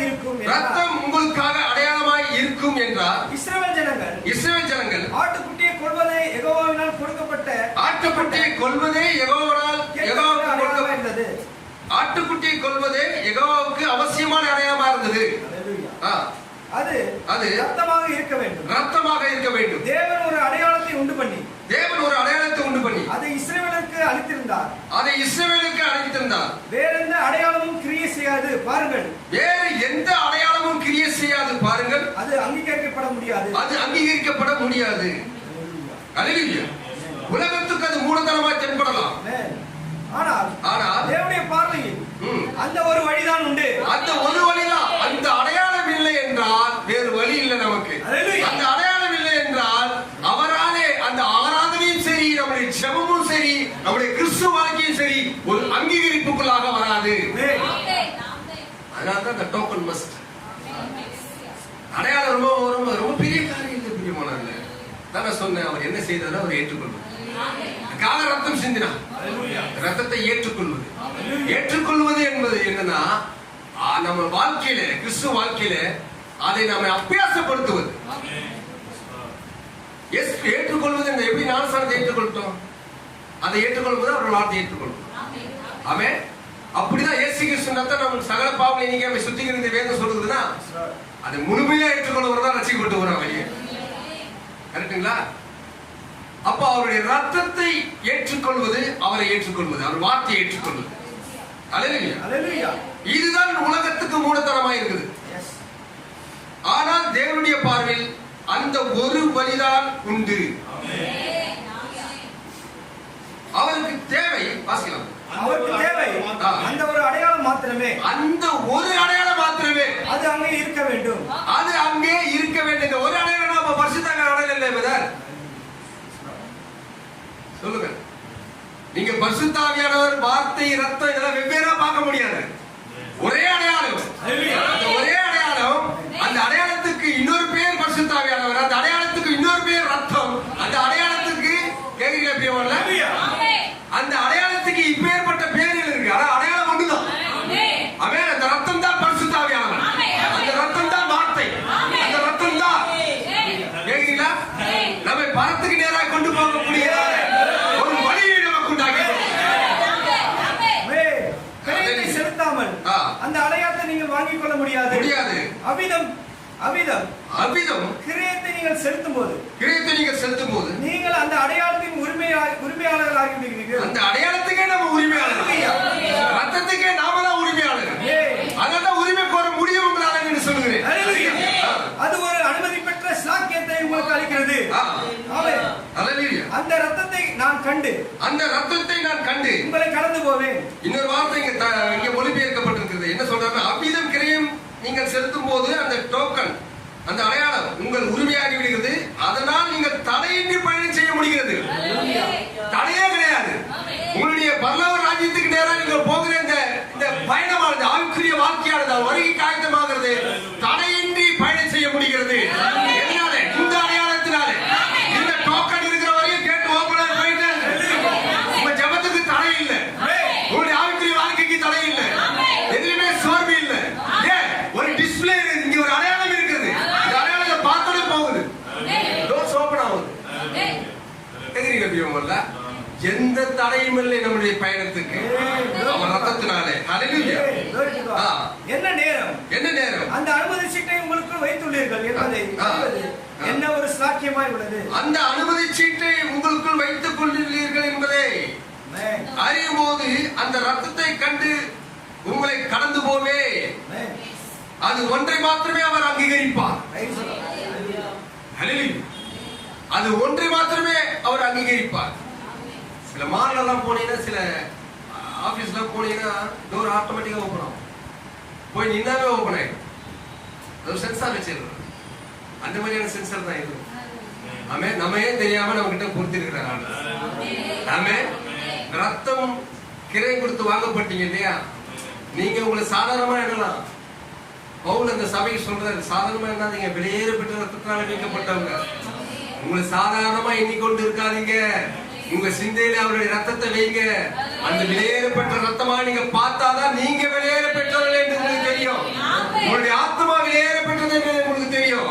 அதை நீக்கத்தக்கதான தன் ஜீவனையை கொடுத்தாரா எவ்வளவு கிரையை கொடுத்து வாங்கியிருக்கிறாங்க. ஆண்டவரை வந்து கையெடுப்பார், கால் எடுப்பாரு, பழி வாங்குவாரு, அப்படிலாம் பார்க்காதீங்க. தயவு செய்து பார்க்காதீங்க. சிச்சிப்பார் ஆண்டவர், அதுல மாற்று கருத்து கிடையாது. தகப்பன் சிச்சிக்கிறது போல தன் தகப்பன் தன் புத்திரை சிச்சிக்கிறது போல அவர் சிச்சிப்பார். ஆனா பழி வாங்க மாட்டார். இயேசு பல காலமா பழி வாங்குற தேவனாவே காட்டாங்க. இதை செஞ்சா உன்னை இதை காலை எடுத்துருவாரு, அதை எடுத்துருவா, தலை அப்படின்னு பார்த்தா கால் ஒரு சைடு கிடக்கும், தலை ஒரு சைடு கிடக்கும். மக்கள் ஜீவிக்கிறதே ரொம்ப கஷ்டம். கேட்கிறேன். அன்னைக்கு இருக்க சபையெல்லாம் போயிடுச்சு, கடினமா போதிக்கிறான்ட்டு பாவத்தை குறிச்சு கண்டித்து உணர்த்துவார் பரிசுத்தாவிட்டு. ஆண்டவர் கையெழுத்துறார், கால் எடுத்துறார், ஜீவன் எடுத்துறாரு அப்படின்னு தான் பேசாங்க. அப்படிலாம் கொடுக்கறதுக்கு ஜீவனே கொடுத்துக்க மாட்டார் அவர். கேட்கிறீங்களா? இந்த ரெவலேஷனை பிடிக்கும் போது ஒருபோதும் கிறிஸ்துவின் சுவிசேஷத்தை விட்டு நீங்க விலக மாட்டீங்க. ஒருபோதும் அவர் ரத்தத்தை அசுத்தம் என்று எண்ண மாட்டீங்க. ஒருபோதும் அவருடைய குமாராய தேவனுடைய வார்த்தையை காலின் கீழ் வைத்து மிதிக்க மாட்டீங்க. கேட்கிறீங்களா? அந்த கிருபையை போக்கடிக்கிறதாய் வாழ மாட்டோம் நாம. ரெவலேஷன் வார்த்தை குறித்ததான, ரத்தத்தை குறித்ததான அந்த வெளிப்பாடு நம்ம பெறுவோம். கேட்கிறீங்களா? பிரியமான கிருபையுள்ள தேவன் தன்னுடைய ஜீவனை எப்படி இருக்கும் பாரு, சொல்றாரு பாரு. அது ஒன்றை மாத்திரமே அவர் அங்கீகரிப்பார். அதன் ஸ்தானத்தை வேறு எதுவுமே எடுக்க முடியாது. ஈடாக எதையும் பெறவும் முடியாது. ரத்தத்தின் ஸ்தானத்தை வேற எதையுமே எடுக்கவும் முடியாது. அதற்கு ஈடா வேற எதையுமே பெற முடியாது. இந்த உலகம் பெருசா நினைச்சீங்கன்னா அதுக்கு ஈடு கிடையாது. இந்த உலக சிற்றின்பம் பெருசா நினைச்சோம்னா அதுக்கு அது ஈடு கிடையாது. இந்த உலகத்தினுடைய காரியங்களை, மாம்ச இச்சைகள் என்னென்ன தோன்றுதோ இது எல்லாம் அதுக்கு ஈடு கிடையாது. கிட்டக்குள்ள வர முடியாது. இயேசு கிறிஸ்துவின் ரத்தத்தின் மேன்மைக்கு அவ்வளவு பெரிய சாக்கியம் முடியாது. ஈடாக எதையும் பெறவும் முடியாது. ஸ்தாபனங்களினாலும் சரி, வேறு ஒன்றாலும் கூட முடியாது. தேவன் அது ஒன்றை மாத்திரமே நான் காண்பேன் என்றார். அவர்கள் எவ்வளவாக நீதிமான்களாய் இருந்தாலும், எவ்வளவாக நல்லவர்களாய் இருந்தாலும், எவ்வளவாக கல்வியறிவு பெற்றவர்களாய் இருந்தாலும், சிறந்த ஆடைகளை அவர்கள் அணிந்திருந்தாலும், அந்த அடையாளம் ஒன்று மாத்திரமே முக்கியம் வாய்ந்தது. எவ்வளவு படிச்சிருக்கிறோன்றது கிடையாது. கேக்குறீங்களா? எவ்வளவு சிறந்த மனிதர்களாக நல்லவர்களாக இருக்கிறோம் என்பது முக்கியம் கிடையாது. எவ்வளவு நீதிமான்கள் சுயநீதியால வாழ்கிற மனிதர்கள் இருக்கிறாங்க இல்லையா, அந்த நீதிலாம் கிடையாது. இதெல்லாம் எவ்வளவு இருந்தாலும் அந்த அடையாளம் ரொம்ப ரொம்ப முக்கியம். அந்த அடையாளம் ரொம்ப முக்கியம். ரொம்ப செக் பண்ணிட்டே இருக்கணும். 20 வருஷம் ஆயிடுச்சுன்னா கூட செக் பண்ணிக்கணும். அடையாளம் இருக்குதா நம்ம கிட்ட? 10 வருஷம் ஆனாலும் செக் பண்ணிக்கணும். அடையாளம் இருக்குதா நம்ம கிட்ட? கேக்குறீங்களா? பெருமாள் 30 வருஷம் 40 வருஷம் இருந்தாலும் சரி, அடையாளம் இருக்குதா? அதை செக் பண்ணிட்டே இருக்கணும். நான் நீதிமானாயிட்ட செய்தி ரொம்ப வருஷம் விசுவாசிக்கிறேன், நான் வந்து இது அது அதெல்லாம் கிடையாது. இந்த டோக்கன் இன்னுமே இருக்குதா நம்ம கிட்ட? இல்ல டோக்கன் போகும்போது விழுந்துருச்சா? கேக்குறீங்களா? பெருமாள் ரொம்ப நெருக்கத்துல நம்ம வந்து போவோம் இல்லையா? சில நேரத்துல உலக கவலைகள் எல்லாம் நெருக்கத்து சொல்றாங்க இல்லையா? இந்த மாதிரியான வாழ்க்கை பிரயாணத்துல எங்கடா இந்த டோக்கனை மிஸ் பண்ணிட்டோமா? செக் பண்ணிக்கணும் பெரியவங்க இந்த கால வேலையில. இந்த டோக்கன் ரொம்ப முக்கியம் நம்ம கிட்ட. ஒவ்வொரு நாளும் அதனாலதான் நீங்க மறக்காதீங்க, போக கல்வாரியில அந்த டோக்கன் அப்ளை பண்ணுங்கன்றாரு. அந்த டோக்கன் அப்ளை பண்ணுங்க. இந்த டோக்கன் விலையேற பெற்றது. அந்த டோக்கன் இல்லைன்னா நமக்கு வாசல் ஓபன் ஆகாது. ரத்தம் அவ்வளவு மேன்மை உள்ளது. அவர்கள் எவ்வளவாக நீதிமானாக இருந்தாலும், எவ்வளவாக நல்லவர்களாக இருந்தாலும், எவ்வளவாக கல்வியறிவு பெற்றிருந்தாலும், சிறந்த ஆடைகளை அவர்கள் அணிந்திருந்தாலும், அந்த அடையாளம் ஒன்று மாத்திரமே முக்கியம் வாய்ந்தது. அந்த அடையாளத்தை நான் கண்டு, எப்படி பேசுற சர்வவல்லமை உள்ள தேவன் கண்டு, வேற எங்கேயும் பார்க்க மாட்டார். நம்ம பேச்சு, நம்ம அது இது ட்ரெஸ், அது இது இந்த அவுட்ரு பாடியில ஒன்னும் வெள்ள வெள்ள இது எல்லாம் பார்க்க மாட்டார். அவர் பார்க்கறது அவருடைய பார்வையே அவருடைய ரத்தம் தான். நம்ம தெரிய மாட்டோம். பெரியவர்களுக்கு தெரியுமா? நம்ம கிறிஸ்துவ வாழ்க்கையில நம்ம தேவன் பார்வையில தெரிய மாட்டோம். நம்ம தேவனுக்கும் நமக்கும் மத்தியிலே அவர் சிந்தப்பட்டதான ரத்தம் இருக்கிறது. அதன் ஊடாக தான் பார்க்கிறார். அந்த ரத்தத்தினூடாக தான் பார்க்கிறார். அதனால அந்த காலவெளியில் அவரை துதிக்கிறோம். பாவம் அறியாத அந்த தேவ தூதர்கள் அவரை ஓயாமல் பரிசுத்தர் பரிசுத்தர் பரிசுத்தர் என்று துதிப்பார்கள். ஆனால் பாவத்து உடையான பாவத்தை அந்த ரத்தத்தை எண்ணி, அவர் கொடுத்த மீட்பை எண்ணி, அவர் சிந்தின ரத்தமே வாழ்க்கையை செய்த காரியங்களை எண்ணி, எனக்காக வைக்கப்பட்டிருக்கிற அந்த மகத்தான வாழ்க்கையை எண்ணி, இந்த வாழ்க்கைலாம் ஒண்ணும் கிடையாது. 70-80 வயசு இது ஒண்ணுமே கிடையாது. அதுக்கு ஈடாக முடியாது. ரத்தத்துக்கு முன்பாக ஈடாக முடியாது. ரத்தத்தினால அவர் நமக்காக ஆயத்தம் பண்ணி வச்ச அந்த வாழ்க்கைக்கு ஈடாக ஒன்றுமே இல்லை. புரியறதுக்கு ஒரு நூற்று அது ஒரு மண்டலம் தேவை வாழ்க்கையில. ஒவ்வொரு காலகட்டத்திலும் நம்ம ஆடின ஆட்டங்கள், நம்ம பேசின பேச்சுக்கள், நம்முடைய எண்ணங்கள், விரோதங்கள், பகைமைகள், பாராட்டின பகைமைகள், கசப்புகள் ஒண்ணுமே இல்லைன்னு எப்ப தெரியுமா? எனக்காக அவர் சிந்தின ரத்தம், எனக்காக என்ன செய்து வைத்திருக்கிறார். அவர் பலத்தின் மீதினால 80 வயசு தெரியல, ஒண்ணுமே கிடையாது. எப்படிதான் இந்த உலகத்தை விட்டு போவோன்றது எப்போ யாருக்கு கேரண்டி கிடையாது. நான் புரியுதுங்களா நான் சொல்றது? அதனாலதான் நான் சொல்றேன், இந்த ரத்தத்தை வாழ்கிற வாழ்க்கை வரை மேன்மையாக இந்த அடையாளத்தை ஒவ்வொரு நாளும் நம்ம இருக்குதா அப்படி பார்த்த பிறகுதான் நம்மளுடைய காரியங்கள் நடக்க ஆரம்பிக்கும். அல்லேலூயா. புரியுதா பிரியவன்ல? சொல்ற, நான் அதை கண்டு உங்களை கடந்து போக யெகோவாவுக்கு தேவையானதை பூர்த்தி செய்ததன் அறிகுறியாக ரத்தம் ஒரு அடையாளமாக இருந்தது. அவனுக்கு தேவையான ஒன்றே அவர் ரத்தம் தான். எதையுமே பார்க்க மாட்டார். ஆமென். ரத்தமே அடையாளமாக நின்றது. ரத்தம் தான் அடையாளமாக இருந்தது. பாருங்கள், அந்த ஜீவன், ரத்தத்தின் ஜீவன் தான். அது ஜீவன் சொல்ற பிறகு ஜீவன் பேசும் இல்லையா? பேசுமா பேசாதா? ஜீவனுக்கு ஒரு சத்தம் இருக்கு இல்லையா? ஆபேலை பத்தி பார்த்தோம் 4ஆம் அதிகாரம் 10ஆம் வசனத்துல. சகோதரன் என்ன செஞ்சேன்னு கேட்ட போதே அவன் சகோதரன் என்ன காவலாளியான்னு கேட்டுட்டு எப்படி துணிகரமா அவன் சகோதரன் கொலை பண்ணான். அவன் சத்தத்தை அவன் வந்து ஆண்டவர்கிட்ட மறைச்சான். ஆண்டவர் தெரியும் என்ன நடந்தது. அவன் சொல்ல அவனை கேட்கறதுக்கு முன்பாகவே ஆபேலுடைய ரத்தம், அந்த சத்தம் தேவ சம்பந்த கூப்பிடுது.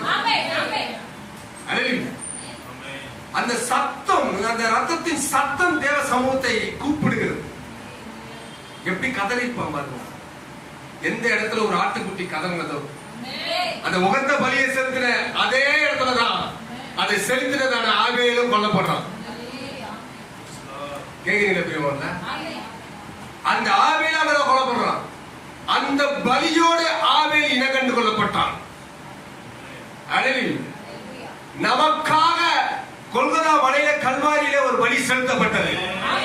அந்த பலியோடு நீங்களும் நானும் இனக்கண்டு கொண்டு உங்களுடைய சுயத்துக்கும் என்னுடைய சுயத்துக்கும் உங்களுடைய எல்லா காரியத்துக்கும் என்னுடைய எல்லா காரியத்துக்கும் அங்கே நாம மரிப்போமானால் ஆபேலுடைய ரத்தம் பேசினதை பார்க்கிறோம்.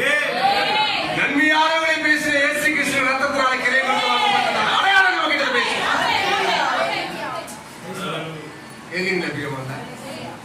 ஆபேலை காட்டிலும் பேசினதுன்னா ஆபேல் என்ன பேசியிருப்பாரு? ரத்தம் என்ன பேசியிருக்கோம்? கேக்குறீங்களா? அதை குறிச்சு கொஞ்ச நாளா எடுத்துட்டு வரோம். ஆபேலின் ரத்தம் வேற எதுவும் பேசியிருக்காரு. ஒருத்தன் அடிச்சிட்டானா உங்க அப்பா கிட்ட வந்து நீங்க என்ன சொல்றீங்க? அடிச்சிட்டாமா அவன் சொல்ல மாட்டோமா? ஒருத்தன் கொலை செய்துட்டானா, ஒருத்தன் ஏதாவது பண்ணிட்டானா உடனே யார்கிட்ட வந்து சொல்றது? அவன்கிட்ட சொல்ல மாட்டோமா? சொல்லி என்ன பண்ணுவோம்? அவன் அடிங்கப்பா, அவன் அடிங்க, அவன் ஏதாவது செய்யுங்க. ஒரு அடி அடிச்சாதான் மனசாந்தி வரும் இல்லையா? திருப்தி ஆகும். இது மனித சுபாவம். ஏன்னா ஆபேலும் அப்படிதான் இருந்தாரு. ஆபேலும் என்ன சொல்றது, இரண்டு பேருடைய ஆபேலுடைய பிறப்பு எப்படின்னா மனித இனத்தினாலே இணைக்கப்பட்டது. அவனுக்குள்ளாக இருந்த ரத்தம் மனித ரத்தம். மனித சுபாவம் என்ன செய்ய மாட்டான்? அடிச்சானா அடிச்சிட்டாப்பா, அடிச்சிட்டாப்பா, இவன் செஞ்சாப்பா, அவன் செஞ்சாப்பா, அவன் எதனா பண்ணுவா. இப்படிதான் ஆபேல் கூப்பிட்டு இருக்கோம். அதனாலதான் நன்மையை பேச முடியல ஆபேலால. ஏன்? உள்ளே இருந்தது மனித ரத்தம். மனித சுபாவம் இருக்கிற வரையும் நன்மையானதை பேச முடியாது. பலிக்கு பலி, பல்லுக்கு பல்லு. இப்படி ஒரு சுபாவம் தான் வாழ முடியும். அவனுக்கு எதாவது செய், இப்படிதான் கூப்பிட்டு இருக்கும். அதான் கேட்கிறோம், சகோதரன் என்ன செஞ்ச? அவன் இதுதான் பவுல் எடுக்கிறாங்க. அல்லேலூயா. இப்ப வாசிக்கலாம் அந்த பகுதியை. எபிரேயர்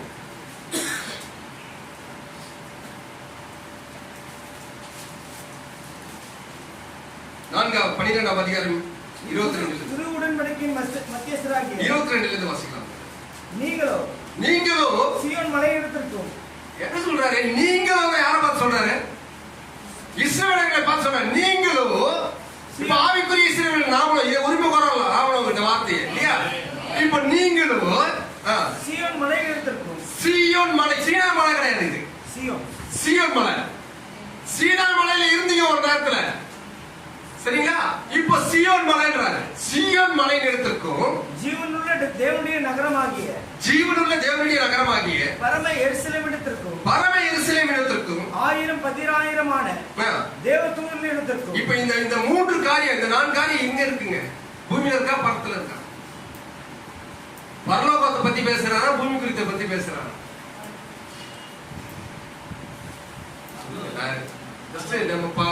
வசந்தர மாசம் உங்களுக்கு எப்படி புரியுது? எந்த சூழலை பத்தி பேசுறாரு? நீங்களும் சீயோன் மலை இடத்திற்கும் ஜீவனுள்ள தேவனுடைய நகரம் பரலோகம் தான். பரம எருசலேம் இடத்திற்கும் 1000 10,000 தேவ தூதர்கள் இடத்திற்கும் அங்க இருக்கிறாங்க. தேவ தூதர்கள் ஓயாமல் அவரை தரிசித்துக் கொண்டு ஆர்ப்பரித்துக் கொண்டிருக்கிறார்கள், குவித்துக் கொண்டிருக்கிறார்கள். அவர்களிடத்திற்கும் பரலோகத்தில் பேர் எழுதியிருக்கிற முதற் பேரானவர்களின் சர்வ சங்கமாகிய சபையின் இடத்திற்கும் யாவருக்கும் நீதிபதியாகிய தேவனிடத்திற்கும் பூரணமாக்கப்பட்ட நீதிமான்களுடைய ஆவிகளிடத்திற்கும். இப்ப சொல்லுங்க, இந்த பூரணமாக்கப்பட்ட நீதிமான்கள் யார்? உங்கள் பிதா பூர்ண சர்க்குணராயிருப்பது போல நீங்களும் பூர்ண சர்க்குணராயிருக்க வேதம் சொல்லுது இல்லையா? இப்போ இந்த ஆவி, நீதிமான்களின் ஆவி, பூரணமாக்கப்பட்ட ஆவி அங்க இருக்குதுன்னு தேவனுடைய வார்த்தை சொல்லுது. இந்த பூரணமாக்கப்பட்ட ஆவி யார்? அதுல கொஞ்சம் வெளிச்சம் வரணும் நமக்கு. ஆமென். ஏற்கனவே அந்த பூரண ஆவி. யார் நீதிமான்? எப்படி நீதிமானாக்கப்பட்டோம்? அவர் சிந்தின ரத்தத்தினாலே நீதிமானாக்கப்பட்ட நீதிமான்களுடைய ஆவி, பூரணராக்கப்பட்ட ஆவி. உங்களுக்கான தூதர்கள் பிதாவை எப்பொழுது எதிர்த்து கொண்டிருக்கிறார்கள். வேதவசனம் இருக்குது இல்லையா? அல்லேலூயா. தியாகன் என்ன செய்கிறது? சரி, அதுக்குள்ள நான் போக விரும்பல. புது உடன்படிக்கையின் மத்தியஸ்தராகிய இயேசுவின் இடத்திற்கும் ஆபேலுடைய ரத்தம் பேசியதை பார்க்கலும் நன்மையானதை பேசுகிற ரத்தமாக தெளிக்கப்பட்ட ரத்தத்தினருக்கும் வந்து சேர்ந்தீர்கள். ஆபேலின் ரத்தம் நன்மையை பேசல. ஆபேலின் ரத்தம் பலிக்கு பலியை பேசியிருக்கோம். தன்னிடத்தில் அந்த நீதியை பேசியிருக்கோம். நான் உத்தம, நான் உனக்காக தான் பலி செஞ்ச ஆண்டவரே, உங்களுடைய சித்தத்தை தான் செஞ்சேன். நீர் என்னை வெளிப்படுத்தினீர். என் தாய் தகப்பனை எதன் மூலமாக அந்த பாவமாலை பிரவேசித்ததோ அதற்கு ஈடான பலி எது என்பதை நீர் எனக்கு விசுவாசத்தை கொடுத்திருக்கிறீர். அந்த வெளிப்பாடை கொடுத்திருக்கிறீர். அதனாலதான் பவுல் 11ஆம் அதிகாரத்தில் எழுதுறாரு, ஆபேல் எப்படி செலுத்தினாராம்? வெளிப்பாட்டினாலே, விசுவாசத்தினாலே ஆபேல் காயினுடைய பலியை காட்டிலும் மேன்மையான பலியை செலுத்தினார். அதை குறித்து நான் நீதியை பேசியிருப்பாரு. நான் சரியானதா செஞ்சேன், எந்த தவறுமே நான் செய்யலையே, என்ன கொலை செய்துட்டானு கேக்குறீங்களா? தன் செய்தி இந்த நீதி. இப்ப இவர் ரத்தம் என்ன பேசுது? அதை காட்டிலும் நன்மையை பேசுது. தன் சைடு இருக்கிற நீதி தவிர வேற எதுவுமே பேசலையா ஆபேலு? அது நன்மை இல்லையா? சொல்லுங்க, அது நன்மை இல்லையா? அவனை எதுவுமே சொல்லல. என் சைடுல இருக்க நீ, நான் உனக்காக பலி செலுத்துறேன், நீ செஞ்ச என் பலி நீங்க ஏற்றுக்கொண்டீங்களே ஆண்டவரே, என்னையே அப்படி விட்டுட்டீங்க இருக்குல்ல, கதவுல இருக்குல்ல. ஆனா அதை காட்டிலும் நன்மையை பேசியிருக்காரு. இவர் என்ன பேசினாரு? ஏலி ஏலி லாமா சபக்தானி. அவருடைய பாஷை ஒருவருக்கும் புரியல.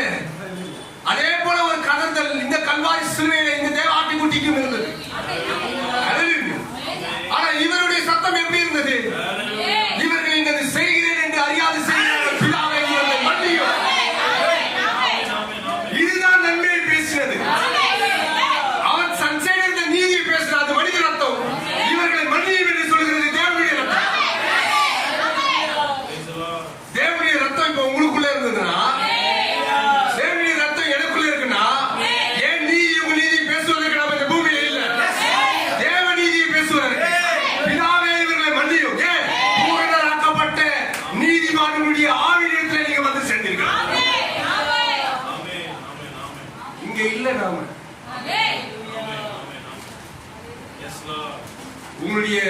உங்களுடைய புரிந்து கொள்ளுதல் கொஞ்சம் திறந்து பாருங்க.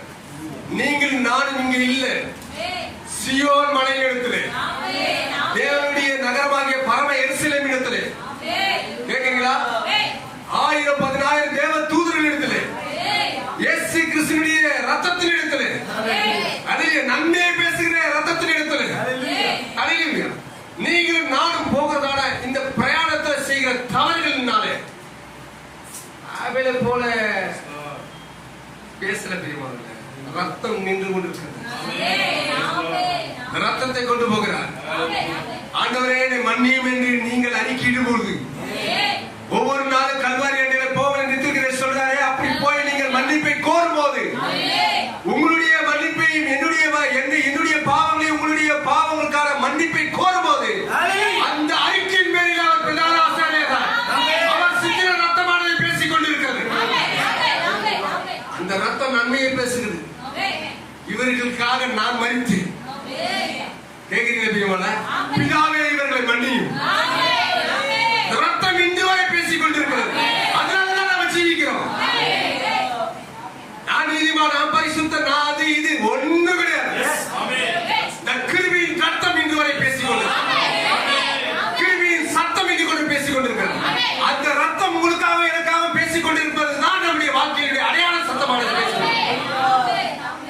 கிறிஸ்டியன், நான் ஒரு கிறிஸ்துவன், ரத்தத்தினால சம்பாதிக்கப்பட்டவன். ஆபேலின் ரத்தம் பேச முடியாது. ஆபேலின் ரத்தத்தை போலவே நீங்களும் அந்த ரத்தை உடையவர்களாக இருந்தால் நன்மையானதை பேசவே முடியாது. பழி வாங்குதல் எனக்குரியதுன்னு சொல்லிட்டாங்க ஆண்டவர். கேட்கிறீங்களா பெரியவங்கள? இதை செய்யணும், அதை செய்யணும், இப்படி அப்படி இப்படி ஆயிடும், அப்படி ஆயிடும். இன்னும் அந்த ரத்தத்துக்கு கீழே தான் இருக்கணும். ஆமென். அதை காட்டிலும் மேலான ரத்தம் நம்ம கிட்ட இருக்கு. அல்லேலூயா. இயேசு கிறிஸ்துவின் ரத்தம் நம்ம கிட்ட இருக்கு. இந்த ரத்தம் பேசிக் கொண்டிருக்கிறது இதுவரை. அதற்கு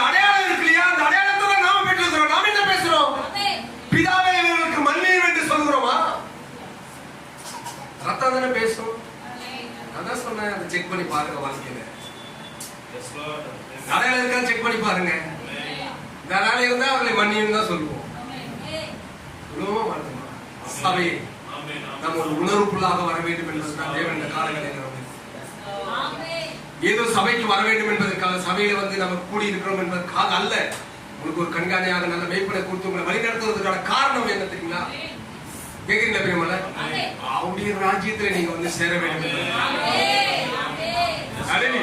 ரத்தம் இன்று வரை பேசிக் கொண்டிருக்கிறது. இந்த சூழல்ல, இந்த நிலையில, இந்த காலவேளையில, இந்த பரிசுத்த அட்மாஸ்பியர்ல இருக்கும் போதே உங்களை சிந்தையில எங்கெல்லாம் போகுதுன்னு உங்களுக்கு தெரியும். சபையே சிந்தை எங்கெல்லாம் போகுதுன்னு உங்களுக்கு தெரியும். தேவன் இங்க இருக்கிறார். ஹல்லேலூயா. இந்த உள்ளுணர்வே உங்களுக்கு சொல்லும் அவர் ரத்தம் என் வாழ்க்கையில என்ன செய்து கொண்டிருக்கிறது.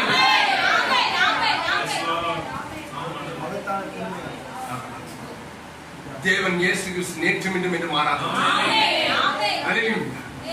அவர் கதறும் போது தன்னை பார்த்து உமிழ்ந்தவர்களை, தன் தலை சிரசின் மேல் முள்முடி சூட்டினவர்களை, கைகளிலும் கால்களிலும் ஆணி குத்தினவர்களை, தன் விழாவில ஈட்டியால குத்தினவர்களை, இதெல்லாம் நாம் அனுபவிக்கலையே. ஒரு பாவம் அறியாதவர் தன் வாழ்நாள் எல்லாம் நிந்தையும் அவமானத்தையும் அந்த வார்த்தையின் சரீரம் சுமந்து கொண்டு வந்தது. அதில் எல்லாரும் நீங்கள் அனுபவிக்கலையே. ஒரு பாவம் அறியாத அவர் கல்வாரியிலே ஒருவரும் பார்க்க கூடாத அளவு தொங்கிக் கொண்டிருந்தாரே.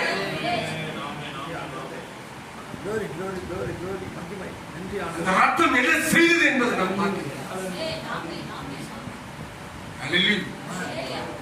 ரத்தத்தின் வல்லமை இல்லை என்றால், இந்த ரத்தம் இயேசு கிறிஸ்துவின் ரத்தம் இல்லை என்றால் கிறிஸ்துவ மார்க்கமே கிடையாது. சபை மேன்மை பாராட்டுறதுக்கோ, காலங்கள் மேன்மை பாராட்டுறதுக்கோ, சபை காலங்கள் மேன்மை பாராட்டுறதுக்கோ வேற எதுக்குமே நம்ம வரல. அவர் ரத்தம் என்ன செய்து இந்த எளிமையான தீர்க்கதரிசி அடையாளத்தை சுமந்து கொண்டு வந்தார். தீர்க்கதரிசி அடையாளத்தை டிஸ்பிளே பண்ணி காட்டார். அதனால அடையாளத்தை பற்றி பேச முடிஞ்சாங்க. விசுவாசியால் நம்முடைய வாழ்க்கையில் அந்த அடையாளம் இருக்க வேண்டும். பிரியமானவர்களே, ஒவ்வொரு நாளும் நீங்க அதை எண்ணி பார்ப்பீங்க என்று விசுவாசிக்கிறேன். ஹல்லேலூயா. நம்ம எடுத்து போய் எங்கேயும் வச்சுட்டாரு. பிரியமான அதான் சொல்ற சியோன் மலை, சீனா மலையில வரல. நாம இவங்க சீனா மலையில போன அனுபவத்தை பேசிட்டு இருக்கிறாங்க. அங்க ஒரு மிருகம் தொட்டா கூட மறிச்சு போயிடுவேன். அதுக்கு முன்னாடி வாசனம் 18 இருந்து வாசிங்கன்னா தெரியும். அந்த எபிரேயர் 12ஆம் அதிகாரத்துல இப்படி எல்லாம் இருந்தது அந்த இடத்துல. அங்கெல்லாம் வரும்போது சொல்லி அதெல்லாம் வாசிக்கலாம். டைம் இருக்கு, 10 நிமிஷம் இருக்கு. வாசிக்கலாம். வேத வசனத்தை வாசிச்சா தான் நமக்கு தெரியணும். 18 இருந்து வாசிக்கலாம். அன்றியும் தொடக்கூடியதும் அக்னி பற்றி எரிகிறதுமான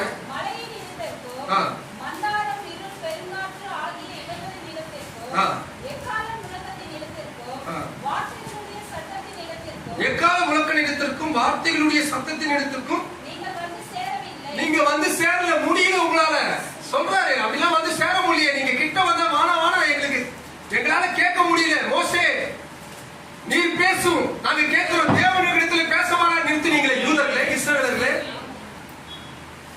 நீங்க அப்படிதான் இருந்தீங்க சொல்றாரு. நீங்க வந்து சேரலையே, வார்த்தை நேரத்தில் வந்து சேரலையே. அந்த சத்தத்தை கேட்டவர்கள் இதுதான் அவங்க செஞ்சாங்க. எங்களுக்கு வேண்டாம், மோசே பேசட்டு போனாங்க. ஏனெனில்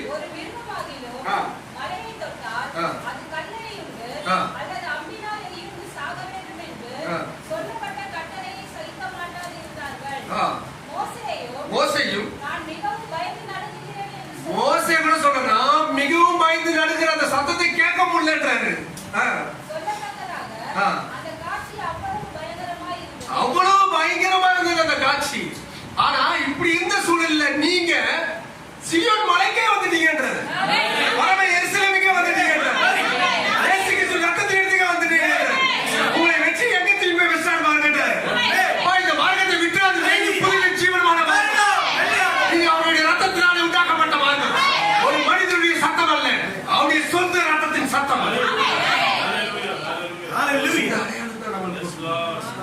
சபை அன்னைக்கு அப்படி உருவாச்சுன்னா சபை இன்னைக்கு அப்படிதான் இருக்கும். அன்னைக்கு சபை இயேசு கிறிஸ்து ரத்தத்து மலமே இருந்ததுன்னா இன்னைக்கு அந்த சபை அப்படிதான் இருக்கணும். அதே ரத்தத்தின் சத்தத்தின் மலமே தான் இன்றும் சபை ஸ்தாபித்து ஆக வேண்டும். கட்டிடமல்ல சபை. நீங்களே அந்த ஆலயம். கேக்குறீங்க பிரியமானவர்களே? நீங்களே அந்த ஆலயம். இந்த ஆலயம் அவருடைய சொந்த ரத்தத்தினால மீட்கப்பட்டது. இந்த ஆலயத்திலே தேவனுடைய ரத்தம் இருக்கிறது. இந்த ஆலயம் அந்த ரத்தத்தை டிஸ்ப்ளே பண்ண வேண்டும். அந்த அடையாளத்தை காண்பிக்க வேண்டும். இந்த அடையாளத்தை காண்பிக்கும் போது அதுக்குள்ளாக இருக்கிற சத்தம் பேசும். பிதாவே இவர்களை மன்னியும். உங்களால மன்னிக்க முடியாத நபரை மன்னித்துதான் ஆக வேண்டும். செஞ்சதுனால சொல்றேன். என்னால கேக்குறீங்களா பிரியமானவர்களே? சிந்திலிருந்து கூட எடுத்து போட்டுறணும். சிந்திலிருந்து கூட எடுத்து போட்டுறணும். சிந்தில வச்சுட்டு மன்னிப்பு கூற முடியாது. அது மாய்மாலம். கேக்குறீங்களா பிரியமானவர்களே? சிந்தில கூட இருக்க கூடாது. நமக்கு அப்சல்யூட், நமக்கு முக்கியமான ஒன்று அவருடைய ரத்தம் வாழ்க்கையை செய்வது தொட்டலா கழுவும். சகல பாவங்களையும் கழுவி சுத்திகரிக்கும். எது? இயேசு கிறிஸ்துவினுடைய ரத்தம். அடையாளத்தை நம்ம சாதாரணமா பார்த்துட்டு வரோம். அடையாளம் மகத்தான அடையாளம். பிசாசு நடுங்குகிற இந்த அடையாளத்தை பாருங்க. யாரும் இவங்க கிட்ட நெருங்க முடியாது. ஒரு நாள் வரும். அதாவது உங்களுக்கு கடல கத்தர் வந்து இந்த பூமியில இருந்து கொண்டு போறாங்கன்னா அதுக்கு ஒரு சூழல் அமைப்பாரு. அது எந்த வழியிலையும் கொண்டு போகலாம். அது ஓகே. ஆனால் நீங்க ஜீவிக்கிற வேண்டிய காலம் வரை, இந்த அடையாளம் நீங்க சுமந்து கொண்டு இருக்க வரை, கேட்கிறீங்களா பிரியமானவர்களே? பிசாசு நம்மை நெருங்க முடியாது. கேக்குறீங்களா?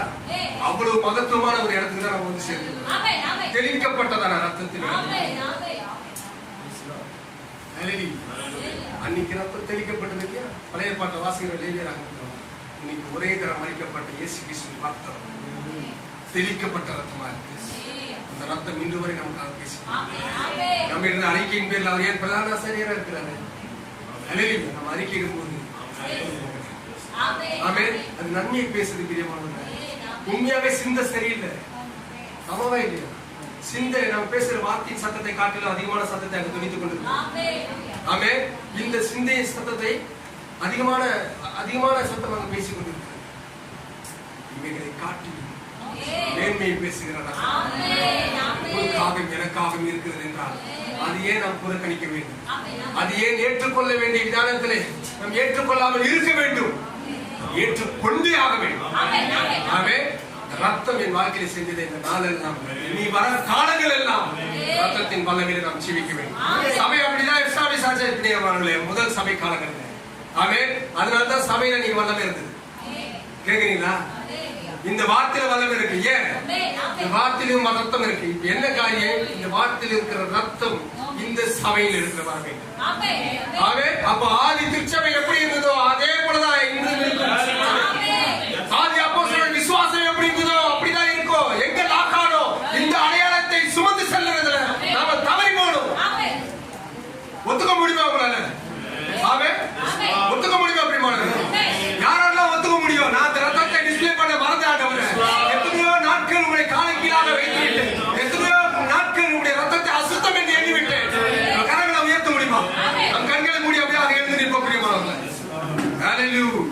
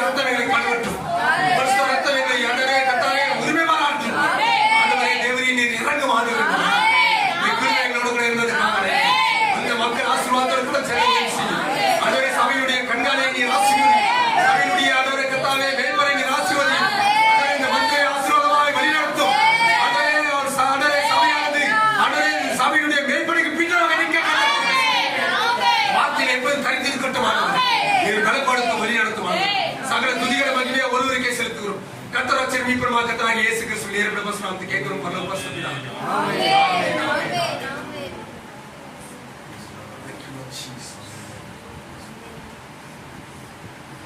God bless you, பிரியமானவர்களே. கர்த்தர் உங்களை ஆசீர்வதிப்பார். ஆமென். God bless you. துதிக்கிற மகிமையெல்லாம் கர்த்தராகிய இயேசு கிறிஸ்துவின் எஜமானனை கேட்போம். ஹல்லேலூயா. அவர் ஒரு பாத்திரத்தை பயன்படுத்தவில்லை என்றால், அவர் ஒரு வேலைக்காரனை பயன்படுத்தவில்லை என்றால் ஒருவரும் ஒன்றும் செய்ய முடியாது. அவருடைய சேவையை அவரே செய்து கொண்டிருக்கிறார். கர்த்தர் உங்களை ஆசீர்வதிப்பார். God bless you. ஒரு வாழ்க்கையை சொல்லி